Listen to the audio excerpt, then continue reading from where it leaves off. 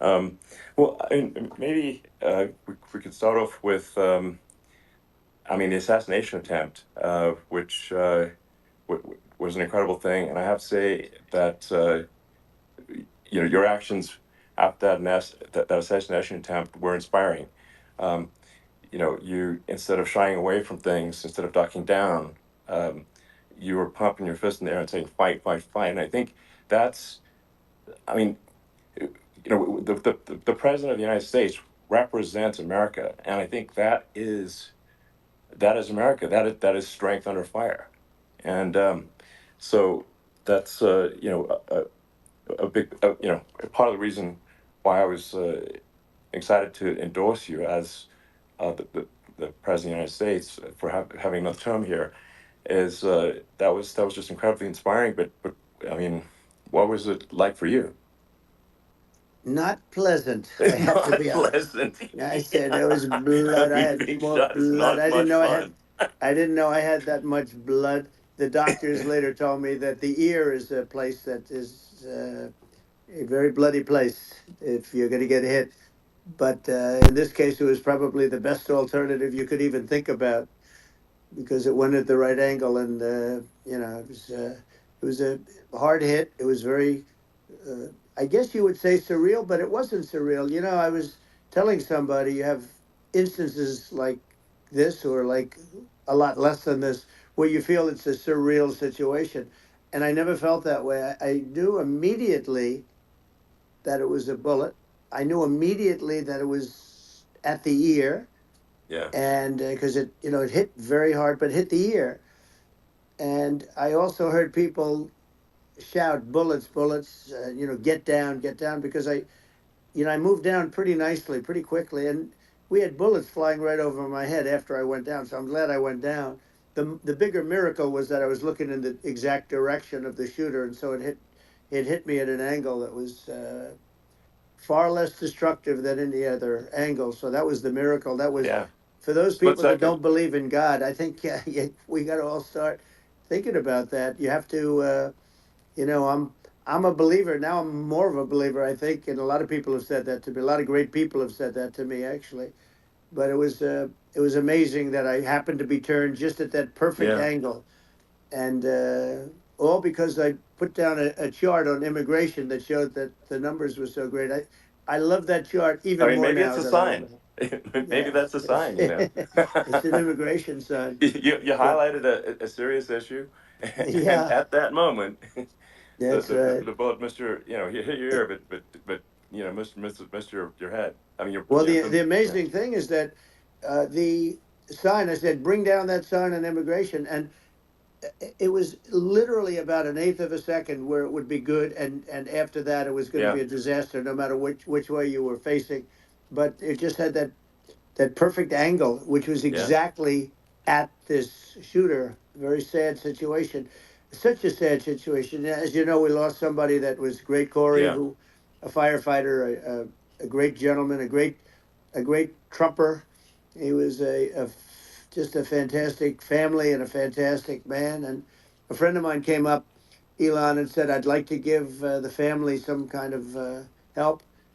And I said, "That's great." He said, "Do you mind?" I said, "I don't mind at all." And he wrote out a check for $1 million, gave it to the wife, and you know, she said, "This is really nice, but I'd rather have my husband back," which is a nice thing for sure, somebody to say, to be honest. She's great. The family is great, and we raised a lot of yeah, money for them and for two other gentlemen are unbelievable people. Also, they were hit really badly. They thought they were not going to make it, and they did. The doctors in the Butler area, I tell you, they were incredible. They saved the two, and they were really hit tough, both of them yeah, equally. And we thought yeah, my first question was, because I heard bullets flying over me. I said, "How many people were killed?" Because we had a massive crowd there, a tremendous yeah, thousands and thousands of people, and there was no land. I mean, it was all people. So I said, "How many people have been killed?" Because I knew there were other shots being fired, sure, and they said, "We don't know yet, but some people have been badly hurt." And I have to give the Secret Service sniper, they call him, or sharpshooter, but sniper, yeah, because he didn't know there was a problem. He's an extraordinary shot, obviously, and he didn't know there was a problem. And he was Yeah. able to pick it all out within 5 seconds. And he used one bullet from very far away, I guess probably about 400 yards. The shooter was 130, but Yeah. he was on the opposite side of the field and the podium, and he saw the smoke and the flame from the gun, immediately recognized it, and immediately took a shot. And it was one perfect shot from very far away. And if he didn't do Yeah. that, Elon, he would have. I mean, if he would have, a lot of people, a lot more people could have been Sure. badly hurt and killed. So Yeah. I have to Absolutely. take my hat off to him because that's also a surreal. You know, he's been with them for 23 years, and Yeah. he's never had anything like this. And all of a sudden, he has to act, and it's a very tough thing to Sure. act and to be shooting somebody. But he saw the gun, saw the smoke, saw the flame from the gun, very far away. I obviously has very good eyes. He's got very good vision, which assume you have Yeah. to have in that particular work. But he took Absolutely. aim very quickly, and it was they say it was approximately 5 seconds from long range, Yeah. one bullet. If that didn't happen, Yeah. because the shooter had a lot of bullets, he had a lot of cartridges up Sure. there with him, so could have Well, been very. I mean that's clearly to stop the attempted assassination. But I mean, there does seem to be, I mean, some pretty significant failings elsewhere in the system. Like, there's just no way that, like, how on earth does a shooter get on a roof 130 yards away? Um, that seems crazy. I think most people people are wondering how on earth could such a thing happen? Well, I view it as two ways. There should have been nobody on the roof. There were people, Yeah, because there were so many tens of thousands of people there. There were people that were seeing him, and there was one woman with a red shirt and right. Trump all over I it, saw and the she video. and she's screaming, "That guy's got a gun!" You saw it probably. Yeah, yeah, There's yeah. a No, I guy saw the up there video. with So a I gun. mean, So, it's like I guess, I mean, for my part, and I think probably many members of the public are wondering how the heck are, you know, basically people wondering by pointing out there's a guy on the roof with a gun, yeah. and they're seeing it, but somehow it's not being addressed.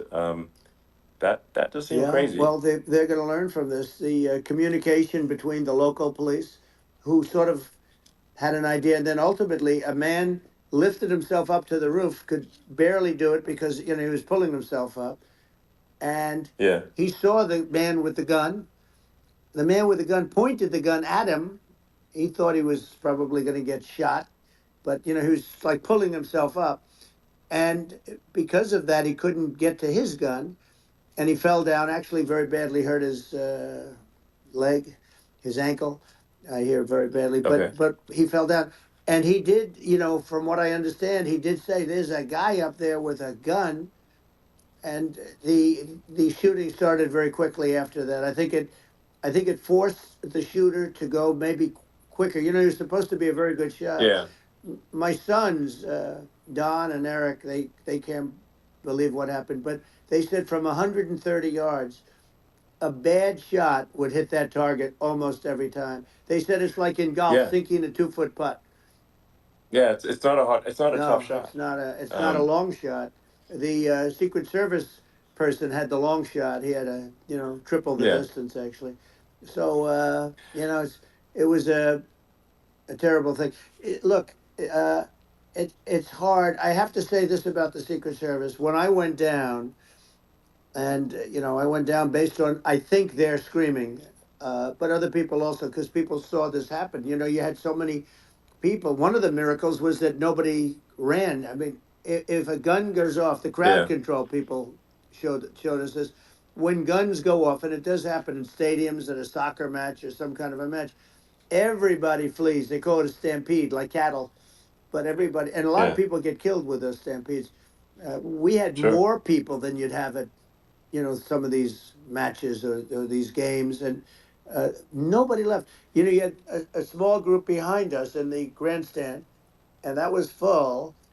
And you look at it as it was taking place, and normally they'd be running. They didn't leave. They saw that I was hurt. They saw a lot of blood, and they saw that I went down, and it's almost like they wanted to be with me. Well, out front, you had thousands, tens of thousands of people. You, as far as the eye could see, you had people in Butler, as far as the eye could see, and Yeah. and a lot of press too. There was, many cameras on watching this. It's what makes it so different, because normally things happen that aren't good, but you never have a picture of it. Here we have all these cameras shooting it, so Yeah. sort of amazing. But one of the interesting things was that you didn't have anybody flee, you didn't have anybody stampede, Sure. nobody.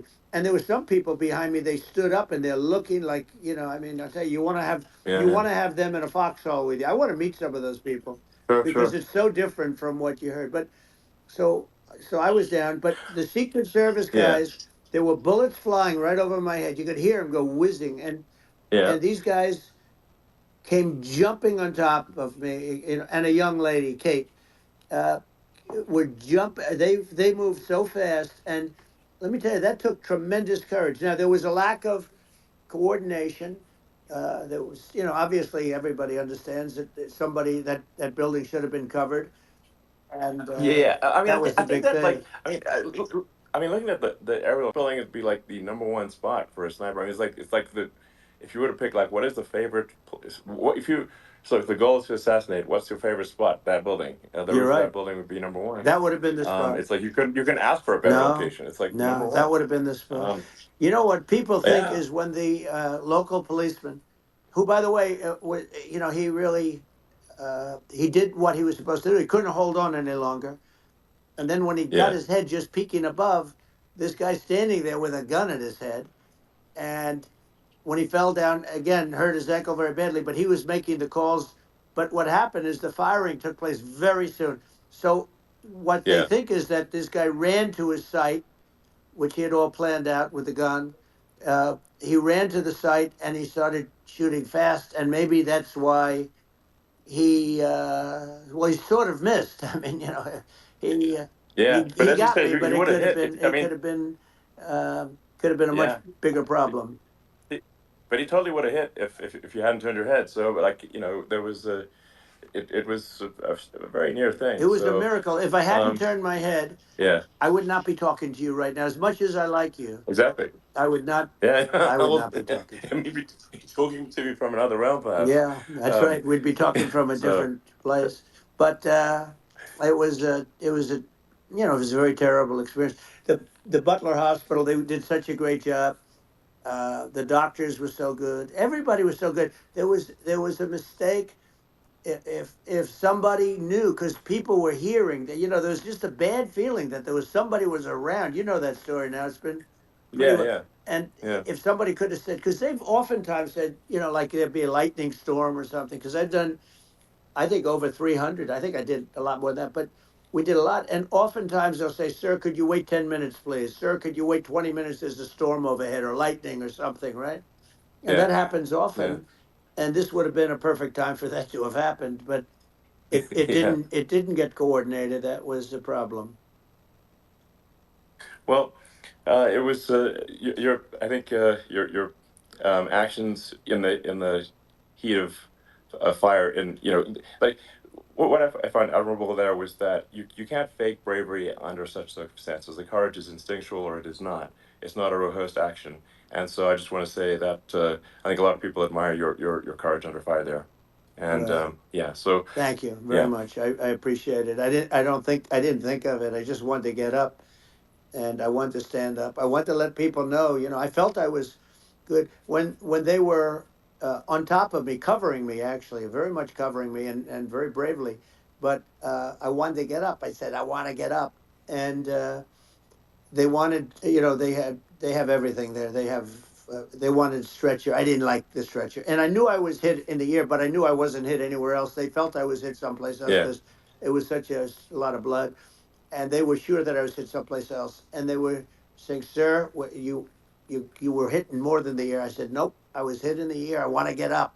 Let me get up." And so I got up, and the crowd didn't know what to think. I mean, this was so many people, and you could see they were confused. They didn't know what to think, and I wanted to let them know I was okay. It was very important for me to let them yeah, know that and they went wild. You've seen the after. They didn't go wild when I Yeah, got up because they didn't know was I alive. You really couldn't tell when I stood up before the hand, before the the fist in the air. Uh, they didn't know if I was alive. Nobody did. And when I put the fist up, they were just relieved and happy and thrilled, and the place went crazy. It was pretty amazing. yeah. It was a Well, terrible thing, but it it was was really nice. incredibly moving. Yeah. Um, well, and I mean, speaking of the sort of slide that got you to turn that saved your life really was the illegal immigration slide. Maybe this That's right. maybe this is worth talking about that It since was. It was. that slide You're saved your right. life No, basically. the illegal immigration saved my life. You're right, but and I I had to know be at that's that exact angle. I mean that's a great one. Saved by illegal You know immigration. the How's incredible that? thing though, when you talk about the odds, you had to be exactly at that angle. But the incredible Yeah, thing is that the chart I used it less than 20% of the time. It was just a moment. yeah, It's always on my left, never my right, and it's always at the end of the speech. So here yeah, we have it. It's on the right, not the left. It's at the beginning, not the end. And even the people that put it up, they were unprepared, and they did a great job. They got it up immediately, fortunately. But I looked to the right, and the bullet came whizzing by, hitting my ear. So it was amazing. But when you think of the odds of that, and yeah, you yeah, know that normally you wouldn't use it. Normally I wouldn't have the thing, and then it would yeah. have been a very different story. It's very much I say an act of God. It's a miracle that it happened, and I'm Sure. honored by it. I'm honored by it. Well, what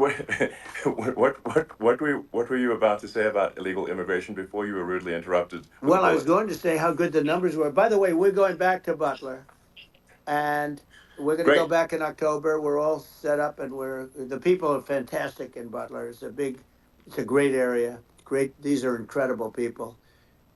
Like the three that, in the case of Corey killed, and the other two, the families are. I got to know them a little bit, and the families are great. But we're going back to Butler, and I think I'll probably start by saying, as I was saying, As you were prior to saying, being so exactly. horribly So, interrupted. yeah, But yeah. So rudely interrupted by an yeah, assassination so it was. attempt. But no, Um, but the chart, some people have no manners. Elon, the chart was just a chart that in my last week we had the best illegal immigration numbers, meaning stopping. It was at the lowest. You've seen the chart. It's become quite a famous Yeah, chart, yeah, but that was the lowest yeah, point ever recorded. It was a really, I mean, I was very proud of those numbers. And then you see what happened with these people, Kamala and Joe. You see what happened. They just let it go. I had remain in Mexico policies. I had all these different policies that was so good. Uh, Guys like Tom Homan and Brandon Judd from Border Patrol. All these are all people that they've been on television. They says the best numbers we've ever had. We had so many different checks, catch and release in Mexico, not the United. We had catch and release in the United States. We had it in Mexico. We had so many things. We had things where if many people come in there, they have contagious diseases. We had everything passed. If you have a contagious disease, I'm sorry, but we cannot allow you into the country. So we were setting yeah. literally records, and I all I was doing is showing that, and I use it sometimes, Sure. and in this case, I'm glad I used it. I can tell you that, but there were fantastic numbers. But I'm going to sleep with that chart always. I'll be sleeping with that chart. That chart was very important for a lot of reasons. Well, I mean, would it be accurate to say that you're supportive of legal immigration, but but we also need to shut down illegal immigration, and especially unvetted illegal Yes, immigration, because and that's not the same as saying that everyone who's an illegal immigrant is bad. In fact, I think most people who are illegal immigrants are actually good, but you can't tell the difference unless there's a solid vetting of who comes across the border. Does that one hundred accurately percent. represent your position? I say it Okay. very simply. They have to come in legally. They have to be checked Yeah. because look, Kamala was the border czar. Now she's denying it. Everything that I do, she's Yeah, saying she was strong on the border. We're going to be strong. Well, she doesn't have to say it. She could close it up right now. They could do things right now. It's horrible. Uh, no tax on tips, and all of a sudden she's making a speech and saying there will be no tax on tips. I said that months ago. And by the way, they had just the opposite. They had not only tax on tips, but they hired 88,000 IRS agents, and many of them were assigned to go get waitresses and caddies and all of this on tips. They have a policy. They had a policy that they were really going to go after you and were really harassing people horribly. And then all of a sudden, for politics, she says, she comes out with what I said, which I think is terrible, and I think it's also hitting them very hard. These people are fake. Now they're also saying they did a good job on the border. We had the worst numbers in the history of the world, not of our country. There's never been a country in history that has had a catastrophe like this. We've had, I believe, and I think you believe this too. You hear 12 yeah, million, 13. I believe it's over 20 million people came into our country, yeah, many coming from jails, from prisons, from mental institutions, or a bigger version of that is yeah, insane asylums, and many are terrorists. And I'll tell you what, they're coming not just from South America, they're coming from Africa, they're coming from all over the world. They're coming from Asia, they're yeah, coming from the Middle East, they're coming from countries that are uh, stupidly and horribly bombing Israel October 7th. They're coming from all over the world.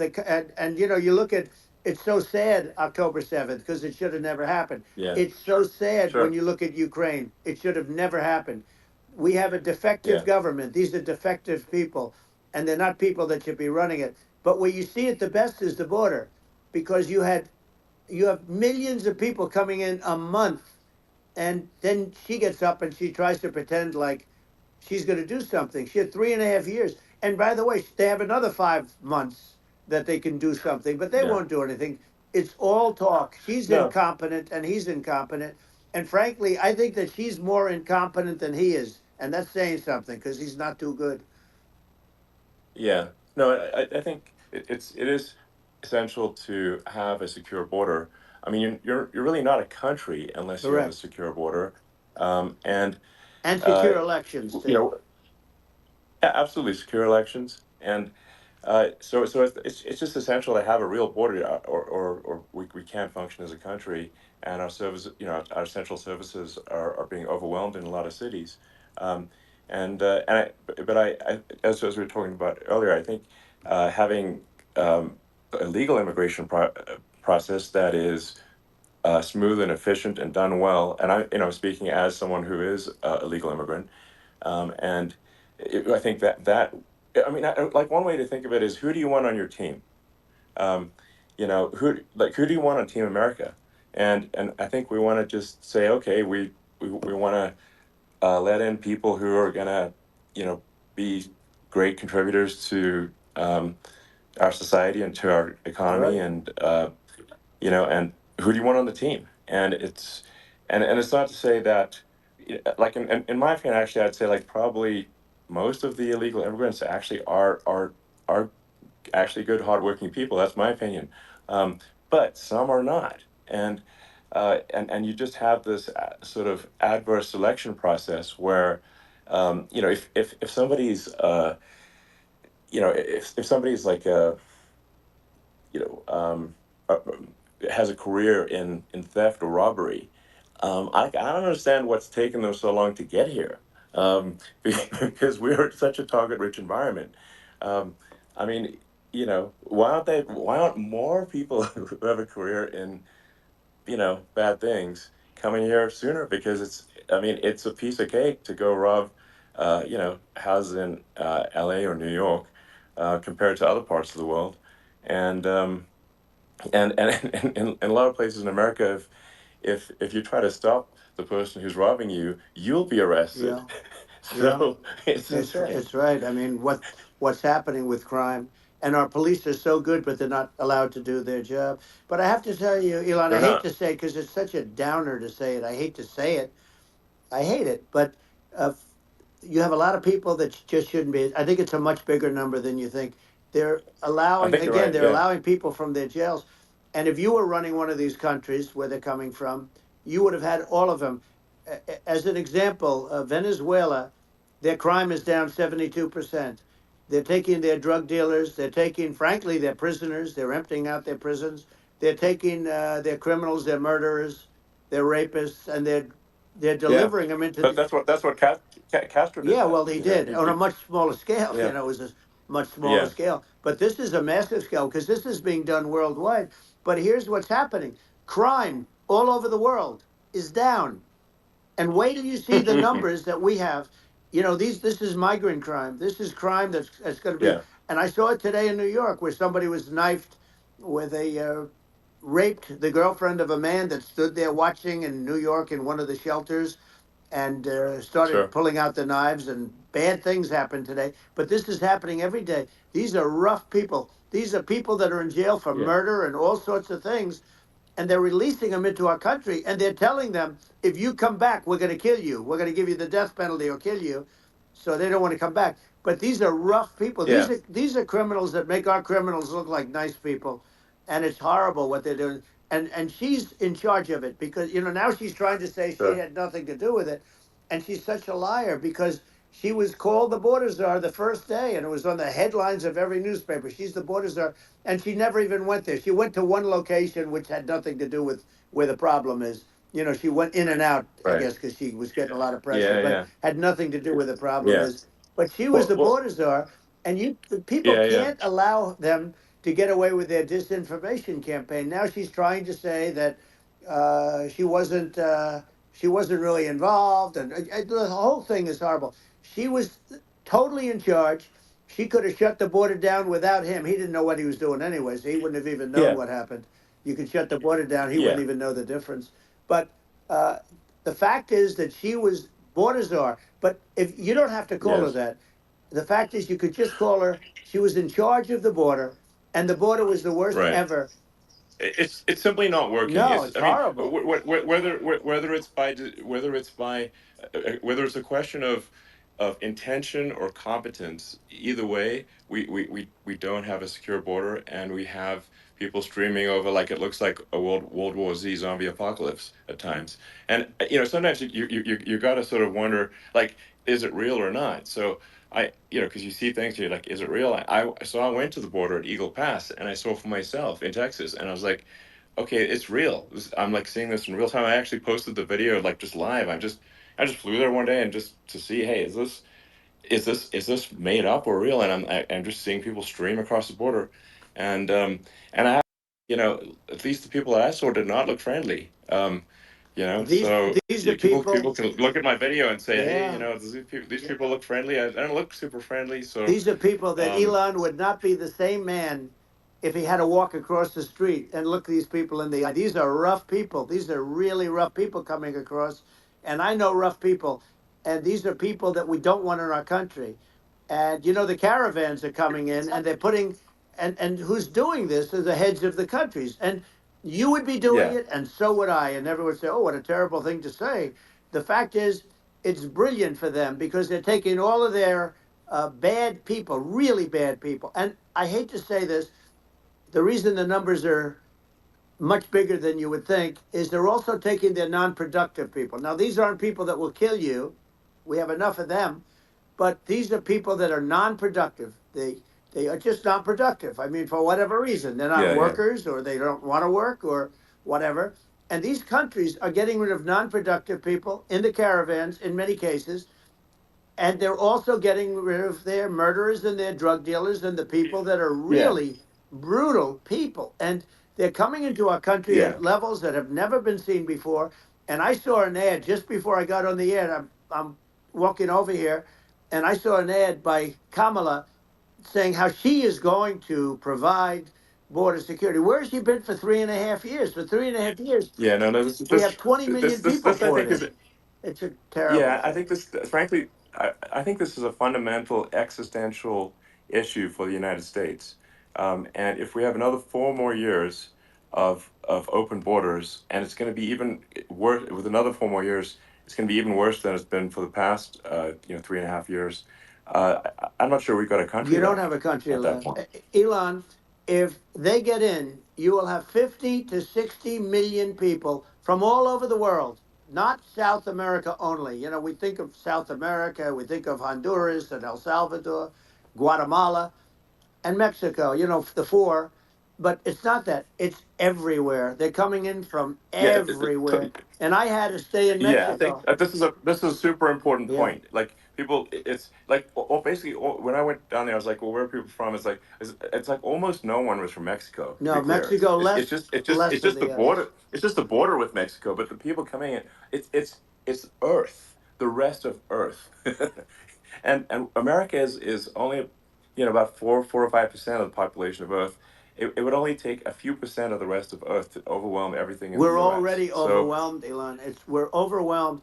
You had to see the news tonight about New York. New York, and I love that place, and what they're doing to it is horrible, what they're doing to it. And all the courts do is they yeah, try and focus on Trump. Okay, then let's focus on Trump, who did nothing wrong. I complain about a rigged election.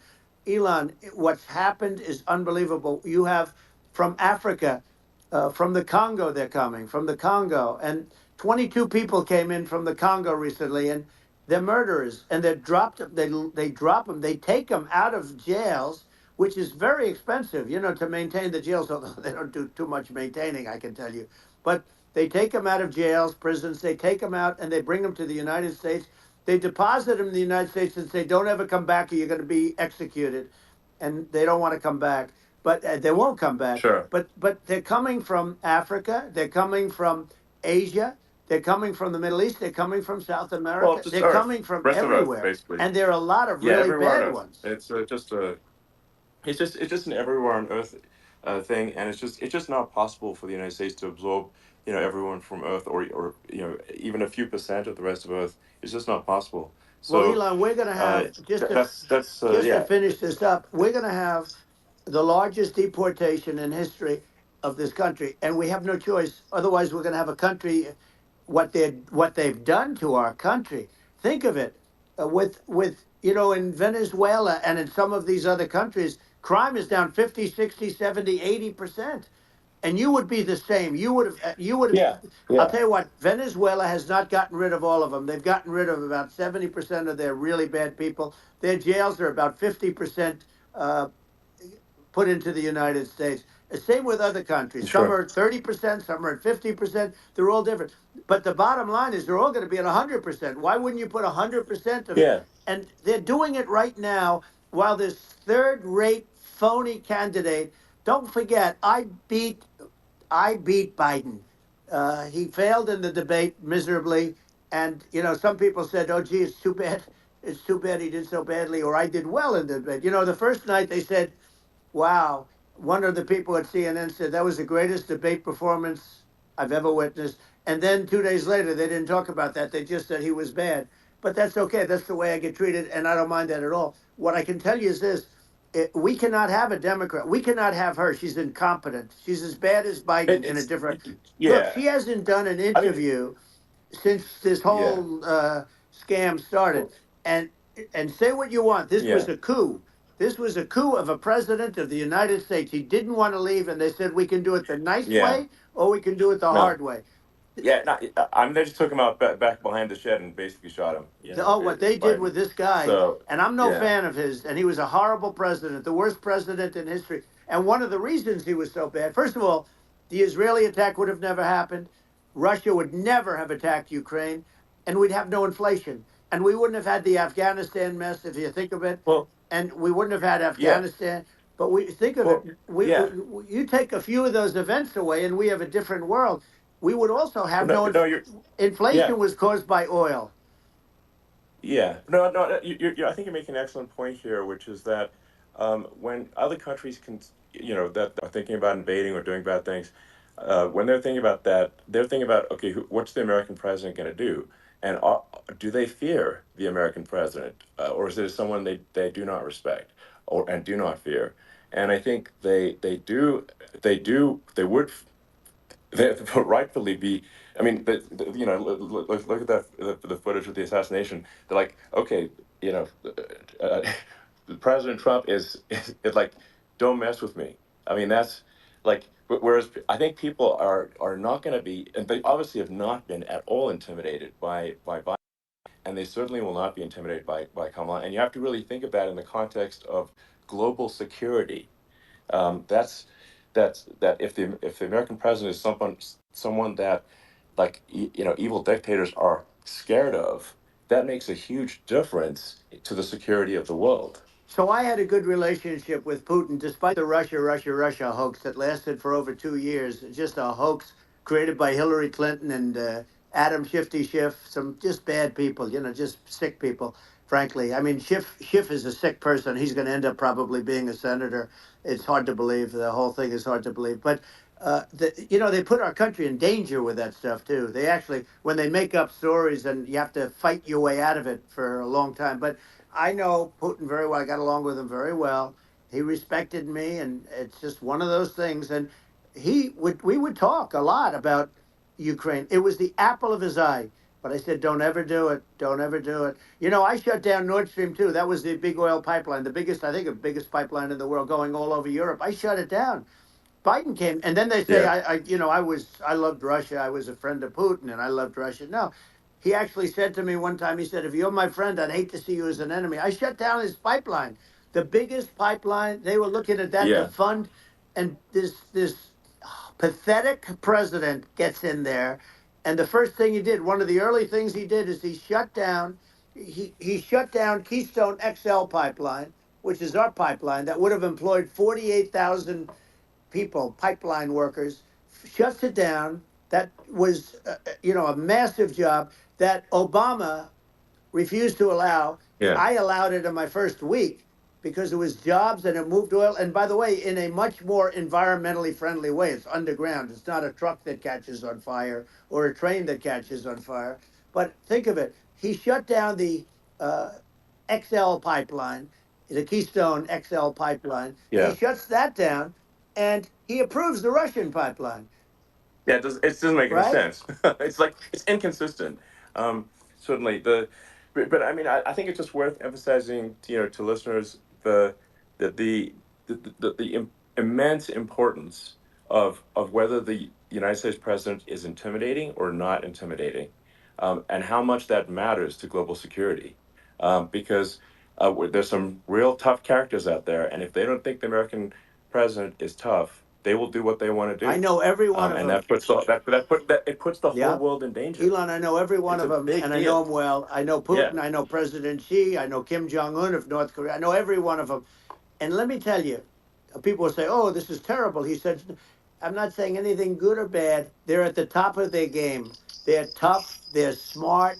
They're vicious, and they're going to protect their country. Whether they love their country, they probably do. It's just a different form of love, but they're going to protect their country. But these yeah, are tough people at the top of their game. And when they see a Kamala or when they see Biden, Sleepy Joe, they can't even yeah, believe it. They can't believe this happened. All the stuff that you're seeing now, all the horror that you look at Israel, they're all waiting for an attack from Iran. Iran would not be attacking, believe me. When I was there, and I say it with respect because I think we would have been good with Iran. I don't want to do anything bad to Iran, but they knew not to mess around. Iran was broke because I told China, if you buy from Iran oil, it's all about the oil. That's where the money is. But if you buy oil from Iran, you're not going to do any business with the United States. And I meant it. And they said, we'll yeah, pass. And yeah. they didn't buy oil. Other countries, likewise, Sure. you want to buy, you're not doing business with the United States. And they were at a point where they had no money for Hamas. They had no money for Hezbollah. They had no money for any of these instruments of terror. And it was amazing. In fact, there were articles when I was leaving, which is hard to believe, actually, especially when you look at what's happened to our country. Our country is so bad right now. It's such a different place. We were respected. Think of it. 4 years ago, we were so respected to a point where when I said don't buy oil, they didn't buy oil, but they had no Yeah, money, yeah, and Israel would have never been attacked. Zero chance. And again, I said to Vladimir Putin, I say, don't do it. You can't do it, Vladimir. You do it, it's going to be a bad day. You cannot do it. And I told him things that what I do, and he said, no way. And I said, way. And it's the last time we ever had the conversation. he would never have done. I got along well with him. I hope to get along well with him again. Getting along well with them is a good thing, not a bad thing. I got along well with Kim Yeah. Jong Un when I met with President Obama just before entering. It's a sort of a ritual, and I sat down with him and we talked. It was supposed to be for a very short period of time. It turned out to be a long period of time. I said, "What's the biggest problem?" He said, "North Korea." I had that problem worked out very quickly. It was nasty at the beginning with Rocket Man and all the different things, Yeah. but all of a sudden I Those got a some call. Oh, those were some epic tweets, by the way. yeah, they Those were were no, like they were epic. absolutely. Everything he said that he has a red button on his desk. I said, I have a red button on my desk too, but my red button is much bigger, and my red button works. And then I called him Little Yeah. Rocket Man, if Little Rocket Man. Anyway, here's the bottom line. All of a sudden I got a call from him, and they said they want to meet. They want to meet me, and we met. Yeah. As you remember, we met in Singapore. We met also in Vietnam, and I got along with them great. We were Yeah. in no danger. But Yeah. President Obama, It's President because Obama thought they we were going to respond. end up in Yeah. a nuclear war with him. And let me tell you, he's Yeah. got a So lot of true. nuclear stuff too. He's Exactly. got plenty of nuclear. It's He can do plenty of damage. it's So yes. I mean, it's because I mean, people like Kim Jong Un. They respond to yeah, strength, not weakness. well, And he and I and got it. if you He and I project had a good strength, relationship. you're good. Remember, I Yeah. remember I met him and we walked onto his land. Nobody ever walked onto his land before. I walked onto. I wouldn't say. Yeah. Let's That bring was up cool. Secret Service again. I wouldn't say they were thrilled when I did that. I walked onto his land, and it was an amazing period. But we were not in danger with him because of me. I always Yeah. say that we have enemies on the outside and we have enemies on the inside. We have some really bad people in our government and people that are and controlling of the people. I mean, I'd mention names, but I really don't want to give them the credit. But we have some really bad, and I say they're more dangerous than Russia and China. If you have a smart president, a president that gets it, we are not in danger from those countries because they need us and they need our help. I mean, we forced Obama, if you think about it, Obama and Biden and Bush to a certain extent, in all fairness, forced Russia and China together. And if you're a history student, the first thing you learn is you cannot let Russia and China align. But then they also got, if you take a look, Iran and they have North Korea. That's, they call it the axis of evil. In the old days, you had the axis of evil. Here we have a modern day axis of evil. These are powerful countries, very heavy nuclear, which is the biggest threat. Yeah. The biggest threat is not global warming, where the ocean's going to rise one eighth of an inch over the next 400 years. And you'll have more oceanfront property, right? The biggest threat is not that. The biggest threat is nuclear warming, because we have 5 countries Well, now that yeah. have significant nuclear power, and we have to not allow anything to happen with stupid people like Biden. Biden did something with Russia. There was no chance of him ever going in. And when I left, and then after I left, they started forming big armies on the border with Ukraine, right? And I looked at that, and I thought he was doing that because Putin's a good negotiator. I thought he was doing that to negotiate. But then Biden started saying such stupid things. For instance, he said that it can be a NATO country. Now, Russia, for as long as there's been NATO, has said we're never going to agree to that. And we go right up front and say that. And we did things and said things through this president with a low IQ, very low IQ. He had a low IQ 30 years ago, by the way, but now he might not even have a IQ at all. There's nothing on the board that goes this low. He said things that were so stupid that war would have been that war had zero chance of happening if I were there. Zero chance. He was saying Yeah. everything Yeah. the opposite. Everything the opposite. And it's so sad because many more people have been killed in Ukraine than you read about. You don't read about how bloody it is and how disaster. Hey, Sure. look, just in the two armies, you lost 500,000 people, and Yeah. uh, and No, Ukraine's having a hard time. Ukraine, I don't know if you saw yeah. the article recently, and it's true. You don't hear the true story, but if you think about it, Russia's gone. Russia defeated Germany with us, and they defeated Napoleon. They've been around a long time. They're a big fighting Yeah. force, So, and of it's course. very unfair. And Ukraine now doesn't have enough men. They're now using young men and very old men to fight, and we're in a very bad position. And I'm not going to blame exclusively, but I can tell you I could have stopped that, and a smart president could have stopped that. It wouldn't have happened. But we had a Yeah, man that actually made it. It made it more prevalent. It was so bad. The words that he was using, the stupid threats coming from a stupid face that he was using. I said, this guy's going to cause us a war. He's going to cause us. And let me tell you, yeah, it can yeah, lead to World War III. That can lead to World War III. The Middle East can lead to. We have numerous places that could end up in a yeah. World War III right now for no reason No, whatsoever. I think you're right. I think people underrate the risk of World War III, and it's just you know, when you're looking at the risk of global thermonuclear warfare, it's game over for humanity, and you know it's something that people have, I think, after the end of the Cold War, people have become complacent about, but they actually have forgotten that there are currently a lot of nuclear missiles that have targeting parameters for the United States from other 100%. countries. And one of the things And we're going to do is it's we're going to yeah, build an iron dome over us. Israel has it. We're going to have the best iron dome in the world. We need it, and we're going to make it all in the United States. But we're going to have protection, because it just takes one maniac to start something. We're going to have protection, and we're going to have. Why shouldn't we have an iron dome? Israel has one. Some other places yeah, have one that nobody even knows about, frankly. But Israel has it. We're going to have an iron dome. But with all of that being said, to me that's so important, the most important. But with all of that being said, the election's coming up, and the people want to hear about the economy and the fact that they absolutely sure. can't buy groceries because they don't have enough money to buy groceries. The inflation has killed them. Food prices are up 50, 60, even 100% in some cases. And this stupid administration allowed this to happen. And it's a shame.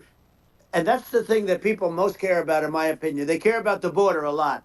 And we discussed the border at great length. It's nice to have a Yeah, yeah. forum like this where I can discuss something at length.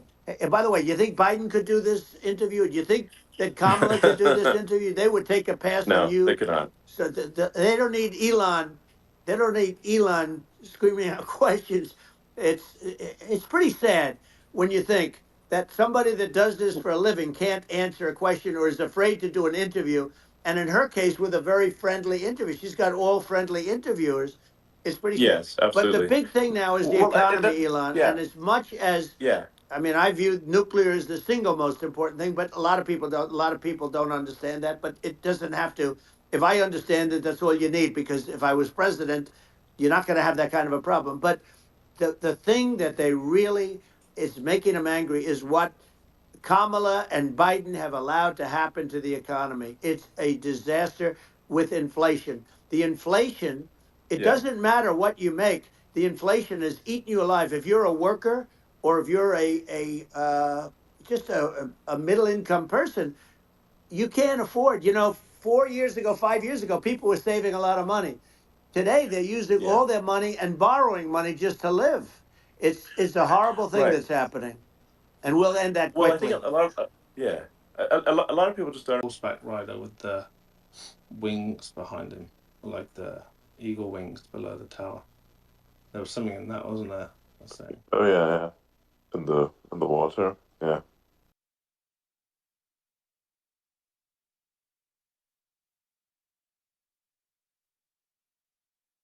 Um, well, I mean, maybe we could start off with I mean, the assassination attempt. It's just gotta be done. We just can't have you know, whether they're citizens or not citizens. We can't have because they won't prosecute citizens either. Not just illegals. So that if it's you can't have violent repeat violent offenders that are not that don't get That's incarcerated right. because they will obviously by definition continue to hurt people. And I think where part of this comes from is that there's and I do sort of consider myself liberal in some ways. I mean, it's just that you want to have empathy for Right. people. Obviously, you want to have empathy for people. I totally agree with that. You want to have empathy, but you also have to have empathy for the victims of the criminals. And if you just have empathy for the criminals, it's actually shallow empathy. It's not real. you're not thinking. You're one layer deep. Empathy. You got to say like, what if you don't incarcerate this person? Who are they going to uh, hurt? Who are they might kill someone. They might rape someone. If you don't incarcerate them, you have to have empathy for the victims. And there's a lack of empathy for the victims of the criminals, and too much empathy for the criminals. It doesn't make sense. That's why you want to have deep empathy for society as a whole, not shallow empathy for That's right. criminals. And we have to give our police officers the dignity and the respect that they deserve. And we have to let them do their job. They can do a great job, but we have to let them do their job. And if we don't do that, it's going to all disappear. There's never been a society like this where you're allowed to do anything you want and nothing happens. And I'm talking about violent crime. And it's going to get more violent because these are really, really violent people, and we're going to get them out of our country, and we're going to get them back to where, because they were sent here by the presidents and by the various people that run those countries, and I know every one of those guys, and they're smart people, and they're streetwise people, and they really think that the USA is stupid. They think we're run by stupid people, and they happen to be right. But when I was there, we had no problem. We got them out. We took out thousands of MS-13 gang members. We brought them back. And now, again, it's the same old story. We don't do it. And they actually gave them a big increase in aid. They raised it up to billions of dollars, and they get nothing for it. So it's. I hope everybody's going to vote for Trump, and we're going to get this country straight. And Yeah. I didn't need this. I'm I, like you. I didn't need this. I had a very nice yeah. life. I didn't need to go through Yeah. court systems and go through all the other stuff and run at the Sure. same time. I have to run. I have to go through fake trials with, in some cases, corrupt judges, totally corrupt judges. I didn't need it. I had a nice life. I have great locations. I have beautiful oceans that I have places. This was, but I felt it was important. And if I had to do it over again, you probably think I'm crazy for doing it actually, but if I had to do it over again, I would have done it over again because this is so much more important than me or my life. We're going to save this country. This country is going down, and these people are bad people that we're running against, and they're liars. They make statements. They do things that are so bad. They say they're going to make a strong border. They say they've been great on the border, and they've been the worst in history. They say they're Yeah, going to it's stop horrible. Like crime, the and facts speak for themselves. The it's so facts incredible. speak for themselves. Like it's gotten to the point where people just don't even bother reporting crime in a lot of That's cities right. because they know nothing is going to happen. Um, that's what I hear anecdotally from people all the time. Um, so it's just my values. I'm just saying to people out there, like the things I think are important for the future is like we've got to have safe cities, we've got to have secure borders, we've got to have sensible spending, and we've got to have deregulation, and Right. so we can have a prosperous future. And then we want to have some exciting, sort of moonshot projects that people can get fired up about. And that's the future I'm looking for. And I'm pro environment, but I'm not against. I'm not like I don't think we should vilify the oil and gas industry because they're keeping civilization going right now, and but I do think we want to move at a reasonable speed towards a sustainable energy economy. Those are my values, and I think and so I mean that's uh, why I'm supporting you for president. Well, I So appreciate it. We're going to give incentive to companies to come into our country, not to leave our country. We're going to be giving tremendous incentives. We want companies to build here, not to build in other locations, and we want to create jobs. And again, it's about the American dream. You don't hear about the American dream anymore, Elon. You don't hear. You're the American dream in the truest sense, but you don't hear about the American dream anymore, and you're going to hear about it. People, they need that incentive to go out yeah, and do it, and they're going to love their lives. I mean, they're going to look forward to getting up in the morning and going to a job that they love, not a job that they can't stand, or not any job at all where they have no money, where they yeah, literally have no money, and then they end up with violence and lots of other problems. No, we're yeah. going to do some great things, and I learned a lot in the first. We had a great economy and all of that. We rebuilt the military, we did so much, but I also learned the best people. I learned the good people, the smart people, the dumb people, the people that can do things. The people, you learn. When I first came in, I tell people I was in Washington, D.C. only 17 times, according to the fake news media. I was in 17 times. I never stayed over. And you don't know people. You rely on other people to give you names, and then you realize the people you relied on weren't so good. Now, we had great people, but we also had some where I wouldn't have, used them had I known. Now I Yeah. know everybody. And I think we're going to really turn things around fast. We have no choice. Otherwise, we're not going to have a country. And I really appreciate this. Has been, to me, it's been a lot of fun being with you. You're an amazing guy. You've done an incredible job and a great inspiration to people, a great inspiration. And I hope you keep going and just continue to do well. And we're going to have a big election coming up. And I think November 5th will be the most important day in the history of our country. I think that election will be the most important election. And I think it'll end up being maybe the most important day in the history of our country, because if Yeah. we don't win, I just feel so sorry for everybody. No, I think we're at a fork in the road of destiny of civilization, and and I think we need to take the right path, and I think you're the right path. So I think Well, that's what it comes down to. thank you very much, Elon. It's a great honor, and we'll do it again sometime. And it's been really fun, and I hope you got a lot of viewers. I hear you got a lot, but I hope you Sure. got Yeah. I know you got a lot of them. So I appreciate it. I'll see you soon. All right. Sounds good. Thank you. Thank you, Elon. Thank you very much. Bye.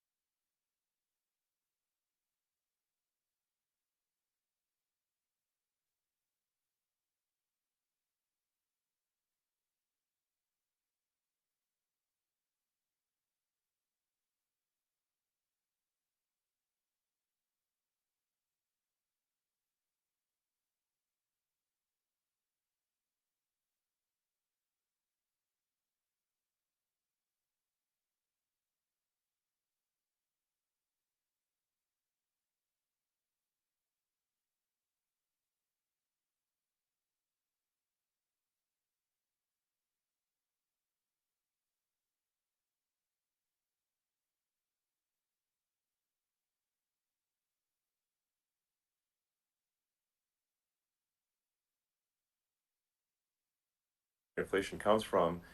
Inflation comes from government overspending because the checks never bounce when it's written by the government. So if the government spends far more than it brings in, that increases the money supply, and if the money supply increases faster than the rate of goods and services, That's right. that's inflation. Um, so really, we need to have we need to reduce our government spending, and we need to re-examine. I think we need like a government efficiency commission to say like, hey, where are we spending money that's sensible? Where is it not Right. sensible? And we need to live within our means. We're currently adding, I think, $1 trillion to the deficit every roughly Right. every 100 days. That's right. And the interest payments on the national debt have now exceed the defense budget. It's on the order of $1 trillion, It's interest. and it keeps Yeah, I growing. rebuilt our military, largely rebuilt our military, did a great job on it, which was so important. We had jets, we had fighters that were, and bombers that were 70 years old. And we did a great job in that. Then by the way, then we gave 85 billion of it back to Afghanistan, if you can believe it. We gave them 85 billion. They're one of the largest sellers Yeah, of military equipment in the world. They're selling what we gave them. That was one of the most embarrassing days in the history of our country. But if you think about, let's go back to the economy. We have to bring energy yeah, prices down. Energy started it. The price of gasoline. Now your cars don't require too much gasoline, so you have a good, and you do make a great product. I have to say, I have to be honest with you. thank That you, doesn't mean everybody should have an electric car, but these are minor details. But your product is incredible. But the thank you. gasoline, Elon, is the cost of energy. Not only gasoline, it's the cost of heating your house and cooling your house. That has Sure. to come down. It's gone up 100%, 150, and 200%, and that has to come down. When that comes down, and we're going to Yeah, drill, baby, drill. They stopped drilling, and then they went back to drilling because they went back to the Trump policy. But if they won the day after they get into office, this country will go out of business because they're going to go to an energy policy that's not sustainable. Wind and different things, you're not going to have anything. yeah, And I know you're a big fan of the AI, and I have to say yeah, that AI, and this is shocking to me, but AI requires twice the energy that the country already produces for everything. So you're going to have to build. We're going to have to build a lot of energy if our country will be competitive with China, because that's our primary competitor for this on the AI.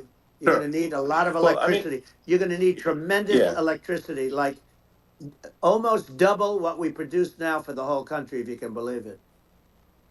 Sure. Well, just going, back to this, like this basic thing, which that people try to make it sound complicated, but it's not. But inflation is caused by government Right. overspending.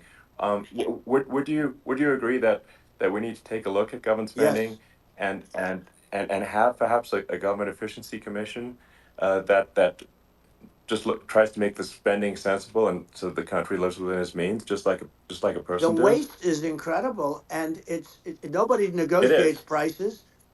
You used to have a lot of people making jets, and you end up with two companies, and they'll probably try and merge at some point.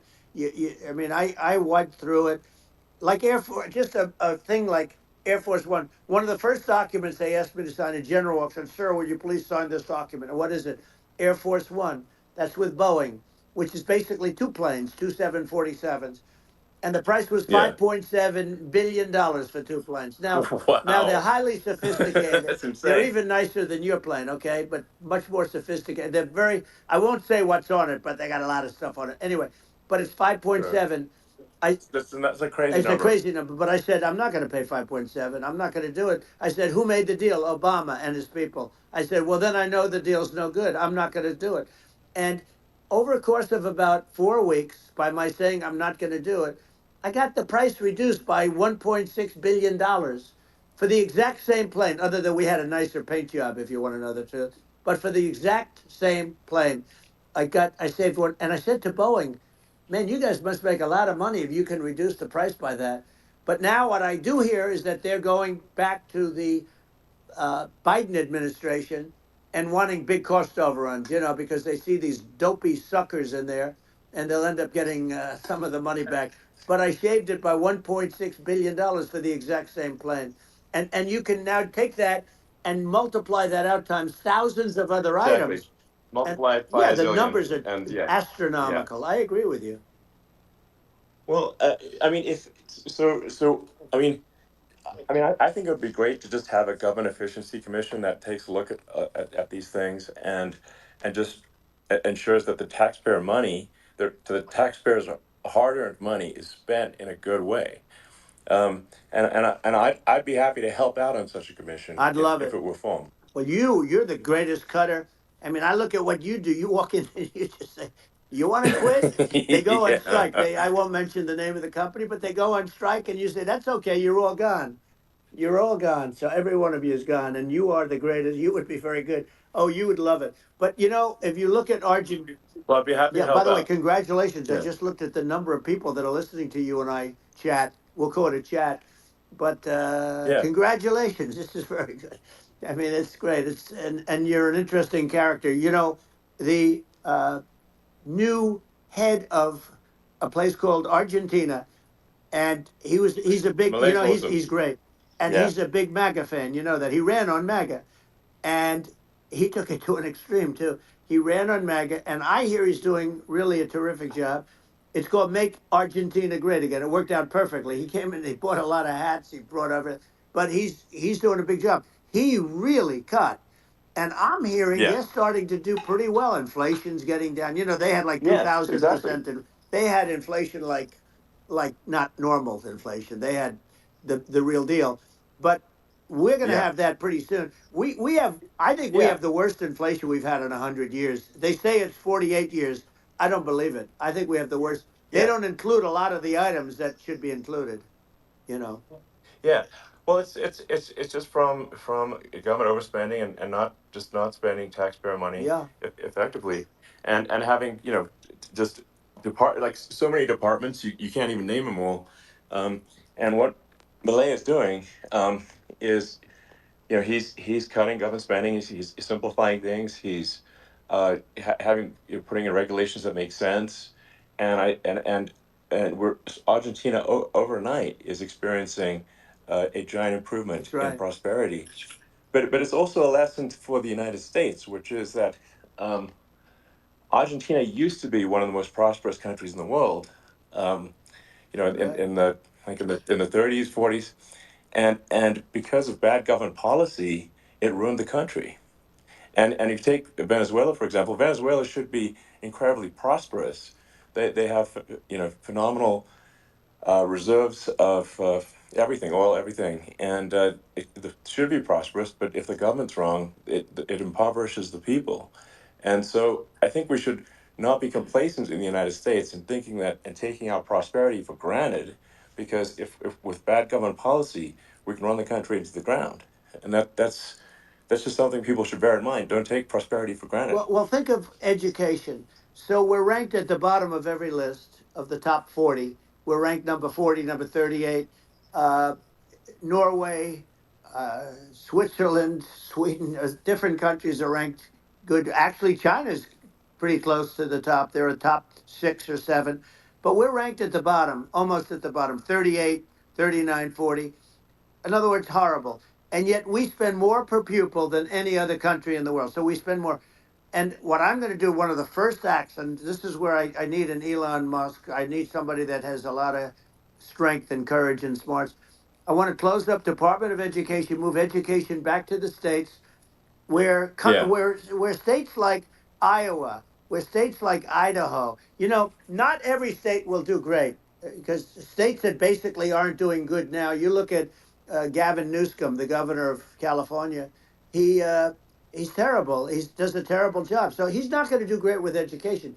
But of the yeah, 50, I would bet that 35 would do great, and 15 of yeah, them, or 20 of them will be as good as Norway. Norway's considered great. You can name them. I mean, they're so good. Some of yeah, these countries are so good. But if you go into some of these really well-run states, we have states that don't know what debt is. We have states that have low taxes, no debt, everybody working. They're really well run, sure, and maybe they have certain advantages in terms of location, in terms of the land or the sun. the sun and the water and the whole thing. There are a lot of advantages that some people have. But if you moved education back to the 50, you'll have some that won't do well, but they'll actually be forced to do better because it'll be a pretty bad situation. Yeah, But if you think well, about it, yeah, you'll have some yeah, of yeah, these states. I'll bet you'd have 30, 35 states. It'll be much better. And you know what it'll cost? Less than yeah, half what it is in Washington. And yeah. these people don't care Well, about the yeah, students in these, faraway states. And it'd well, be unbelievable. yeah.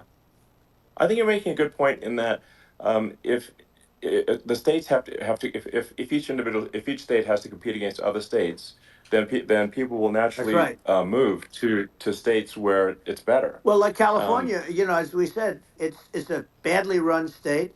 I could go through. I got so many friends that are in those states, even if they're Democrats. I hate to mention certain states, but Illinois is badly run with Pritzker. He's a real loser.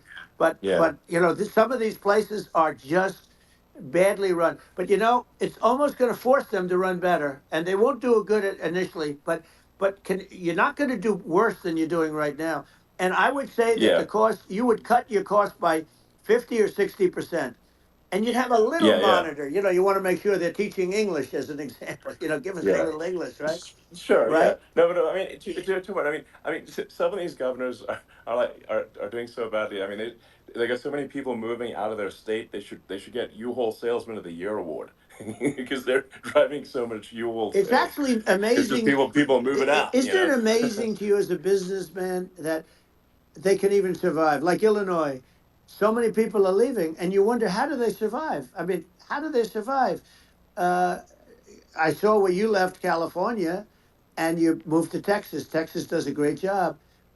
But, I Yeah, mean, I just wonder, how do these states survive when big businesses, a big oil company just left California, as you know, and they moved to Texas. How do these big states survive when they lose so many businesses and their taxes are already really high? Their taxes are among the highest yeah, taxes. You almost wonder, how do they continue on? And in many cases, the governors don't do a good job, and they're crime-ridden places. You wonder, how do they continue to just go on? It's well, not a good I think there's. situation. I think the only thing that's going to force some of these states to change is if they risk bankruptcy and they're not getting bailed out by the federal Right, government. right. Well, That's you're the going to only thing have that's going to that. get them to change. You remember the Yeah, area in California where they had that, where I guess somebody had sticky fingers and they stole a lot of money, and they went into a form of chapter, and it was very yeah, nasty for yeah, a period of time. But now it's probably the most popular place in all of California. So at some point, something like that may have to happen. But the problem is, you can't penalize people that loan money to the state when you have incompetent people like a Pritzker. Look, the family didn't want him in the family business, and then he ends up being governor of Illinois. So what is he going to be? Is he going to be a great governor? And you have people. I could name every one of them. I got to know every one of yeah. these, and some are very good, and some are just horrible.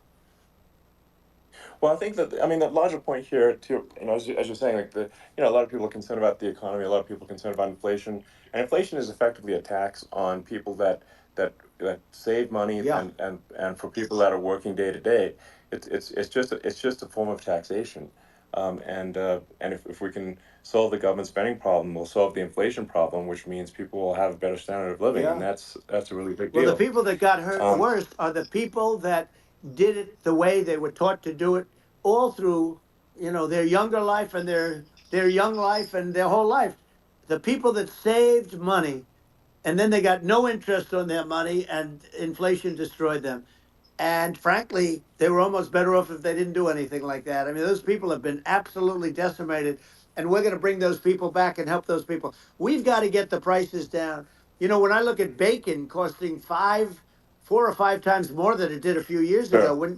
when you look at some of the food products in grocery stores, people go, they can't believe it. They used to be able to buy a whole cart, and today, a lot of people just don't have the money. They go in and they can't buy anything. They look at Yeah, it's sticker I shock. think They it. call it Yeah, sticker shock, right? I think it really just comes, like I said, I think it just comes down to really, I guess, two things, which is that if you solve government overspending, you solve inflation, which improves living Right. standards of the average person, and then if you deregulate, like have sensible regulations, so because a lot of the regulations are nonsensical and cause the cost to be extreme for no reason, but unless you've got effective deregulation, like Reagan did a great job on deregulation in the 80s, but it's been 40 years since we had That's right. anyone really. I mean, during your administration, we made some progress, but I think uh, there's opportunity to make, I think, radical progress with sensible regulation. Yeah. And Well, if Elon, those two things, yeah, those are the big yeah, we deals. set a record. We did more deregulation and more restrictions on all of the different businesses than any other president. Remember I had the rule for everyone we put in, you have to get rid of 10 or 12. And we did Yeah, radical cuts on all of that. And a lot of that's being put back by this administration. And we did radical cuts on things that weren't necessary.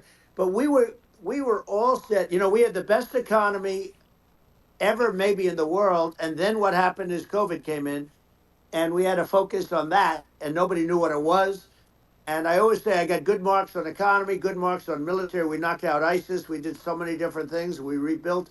But, I never got the credit that we really deserved on what we did with COVID. We never got the credit. But if had that not happened, a gift from China, from Wuhan, came in from Wuhan, the Wuhan labs, and I always said it, and it turned out to be right.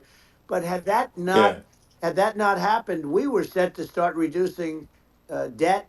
We were going to reduce taxes further. I gave the largest tax cuts, and we were going to reduce taxes still further for middle income people, not only businesses. But we did it for sure, businesses because they're the ones that's why we had the great job numbers. But we were set to really start reducing debt. And, we're sitting on the biggest pile of liquid gold anywhere in the world, bigger than Saudi Arabia, bigger than Russia. And we were going to drill and we were going to make so much money. We were going to supply Europe with oil. I had stopped the Russian pipeline and we were going to supply them with oil and gas. We were going to make a fortune. And then the COVID came in, and we really had to divert. Then what happened is when they came in, we kept a lot of businesses alive. If I didn't do what we did, we would have had a 1929 type depression.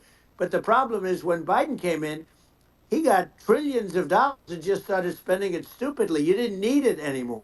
We got over that bad period where everybody was dying and feeling, it was just not a good period. Interestingly, during his administration, many more people died during his administration of COVID than during my administration, and we really got the brunt of it.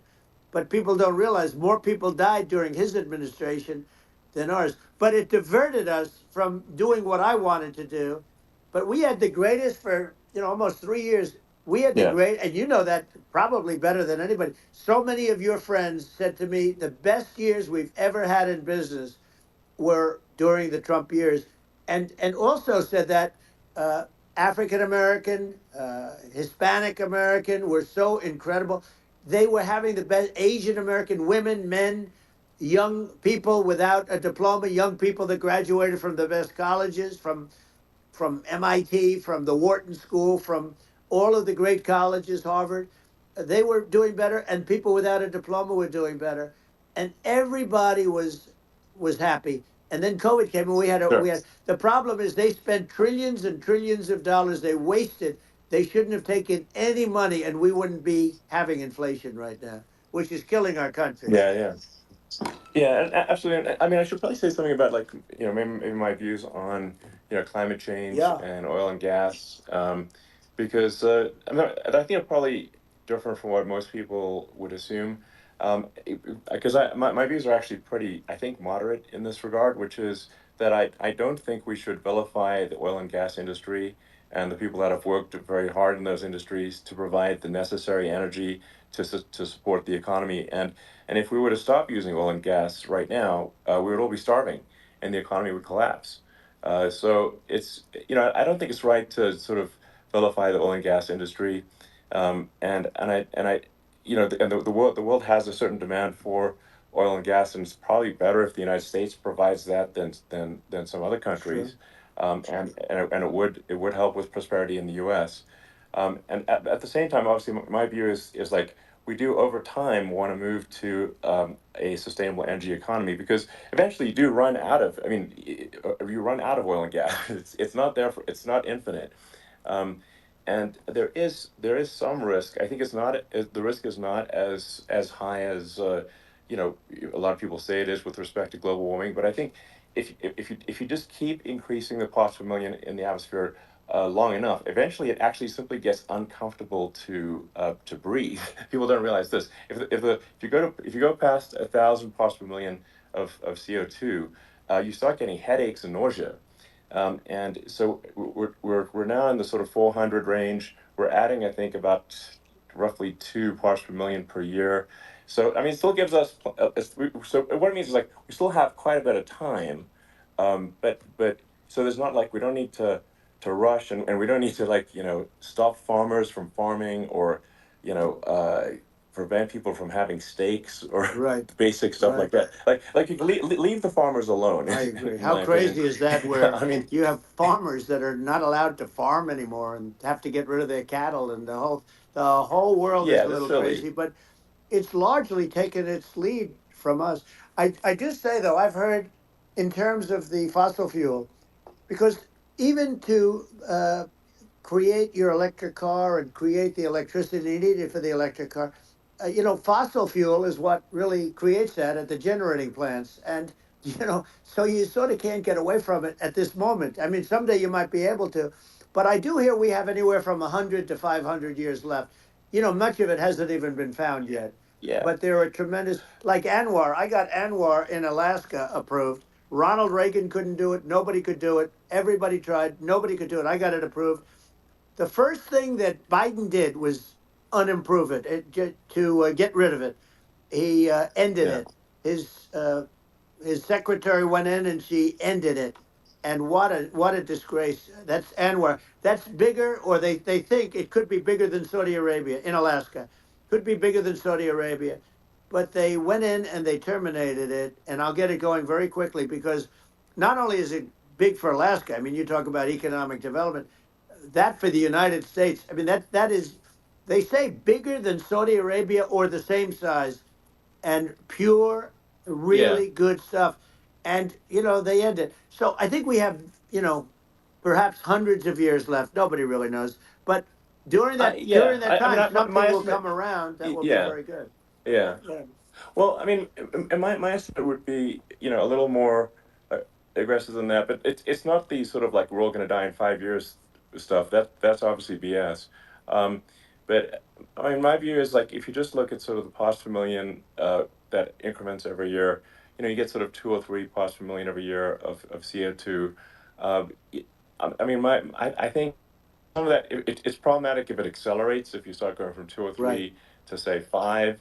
And then there may be some situations where you get just a step change increase in the CO2. Mm-hmm. Um, and I think we don't want to get too close to 1,000 ppm, because, like, that's actually makes it uncomfortable to breathe. Like, just existing in 1,000 ppm CO2 is uncomfortable. That's like that's considered like an industrial hazard. Right. Just so it's that's actually, you start getting headaches and stuff. So it's even without global warming, it's not comfortable to live. So you don't want to get too close to that. But I mean, I think we've got.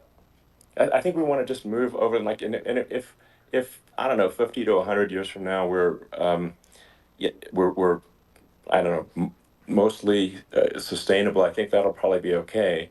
Um, so it's not like the house is on fire immediately, but I think it is something we need to move towards. And on on balance, it's probably better to move there faster than slower. But like I said, without vilifying the oil and gas industry, and without causing hardship in the short term. I think this can be done, um, without, people can still have, a stake, and they can still eat, drive gasoline Sure. cars, and this, it's okay. It's like, it's not.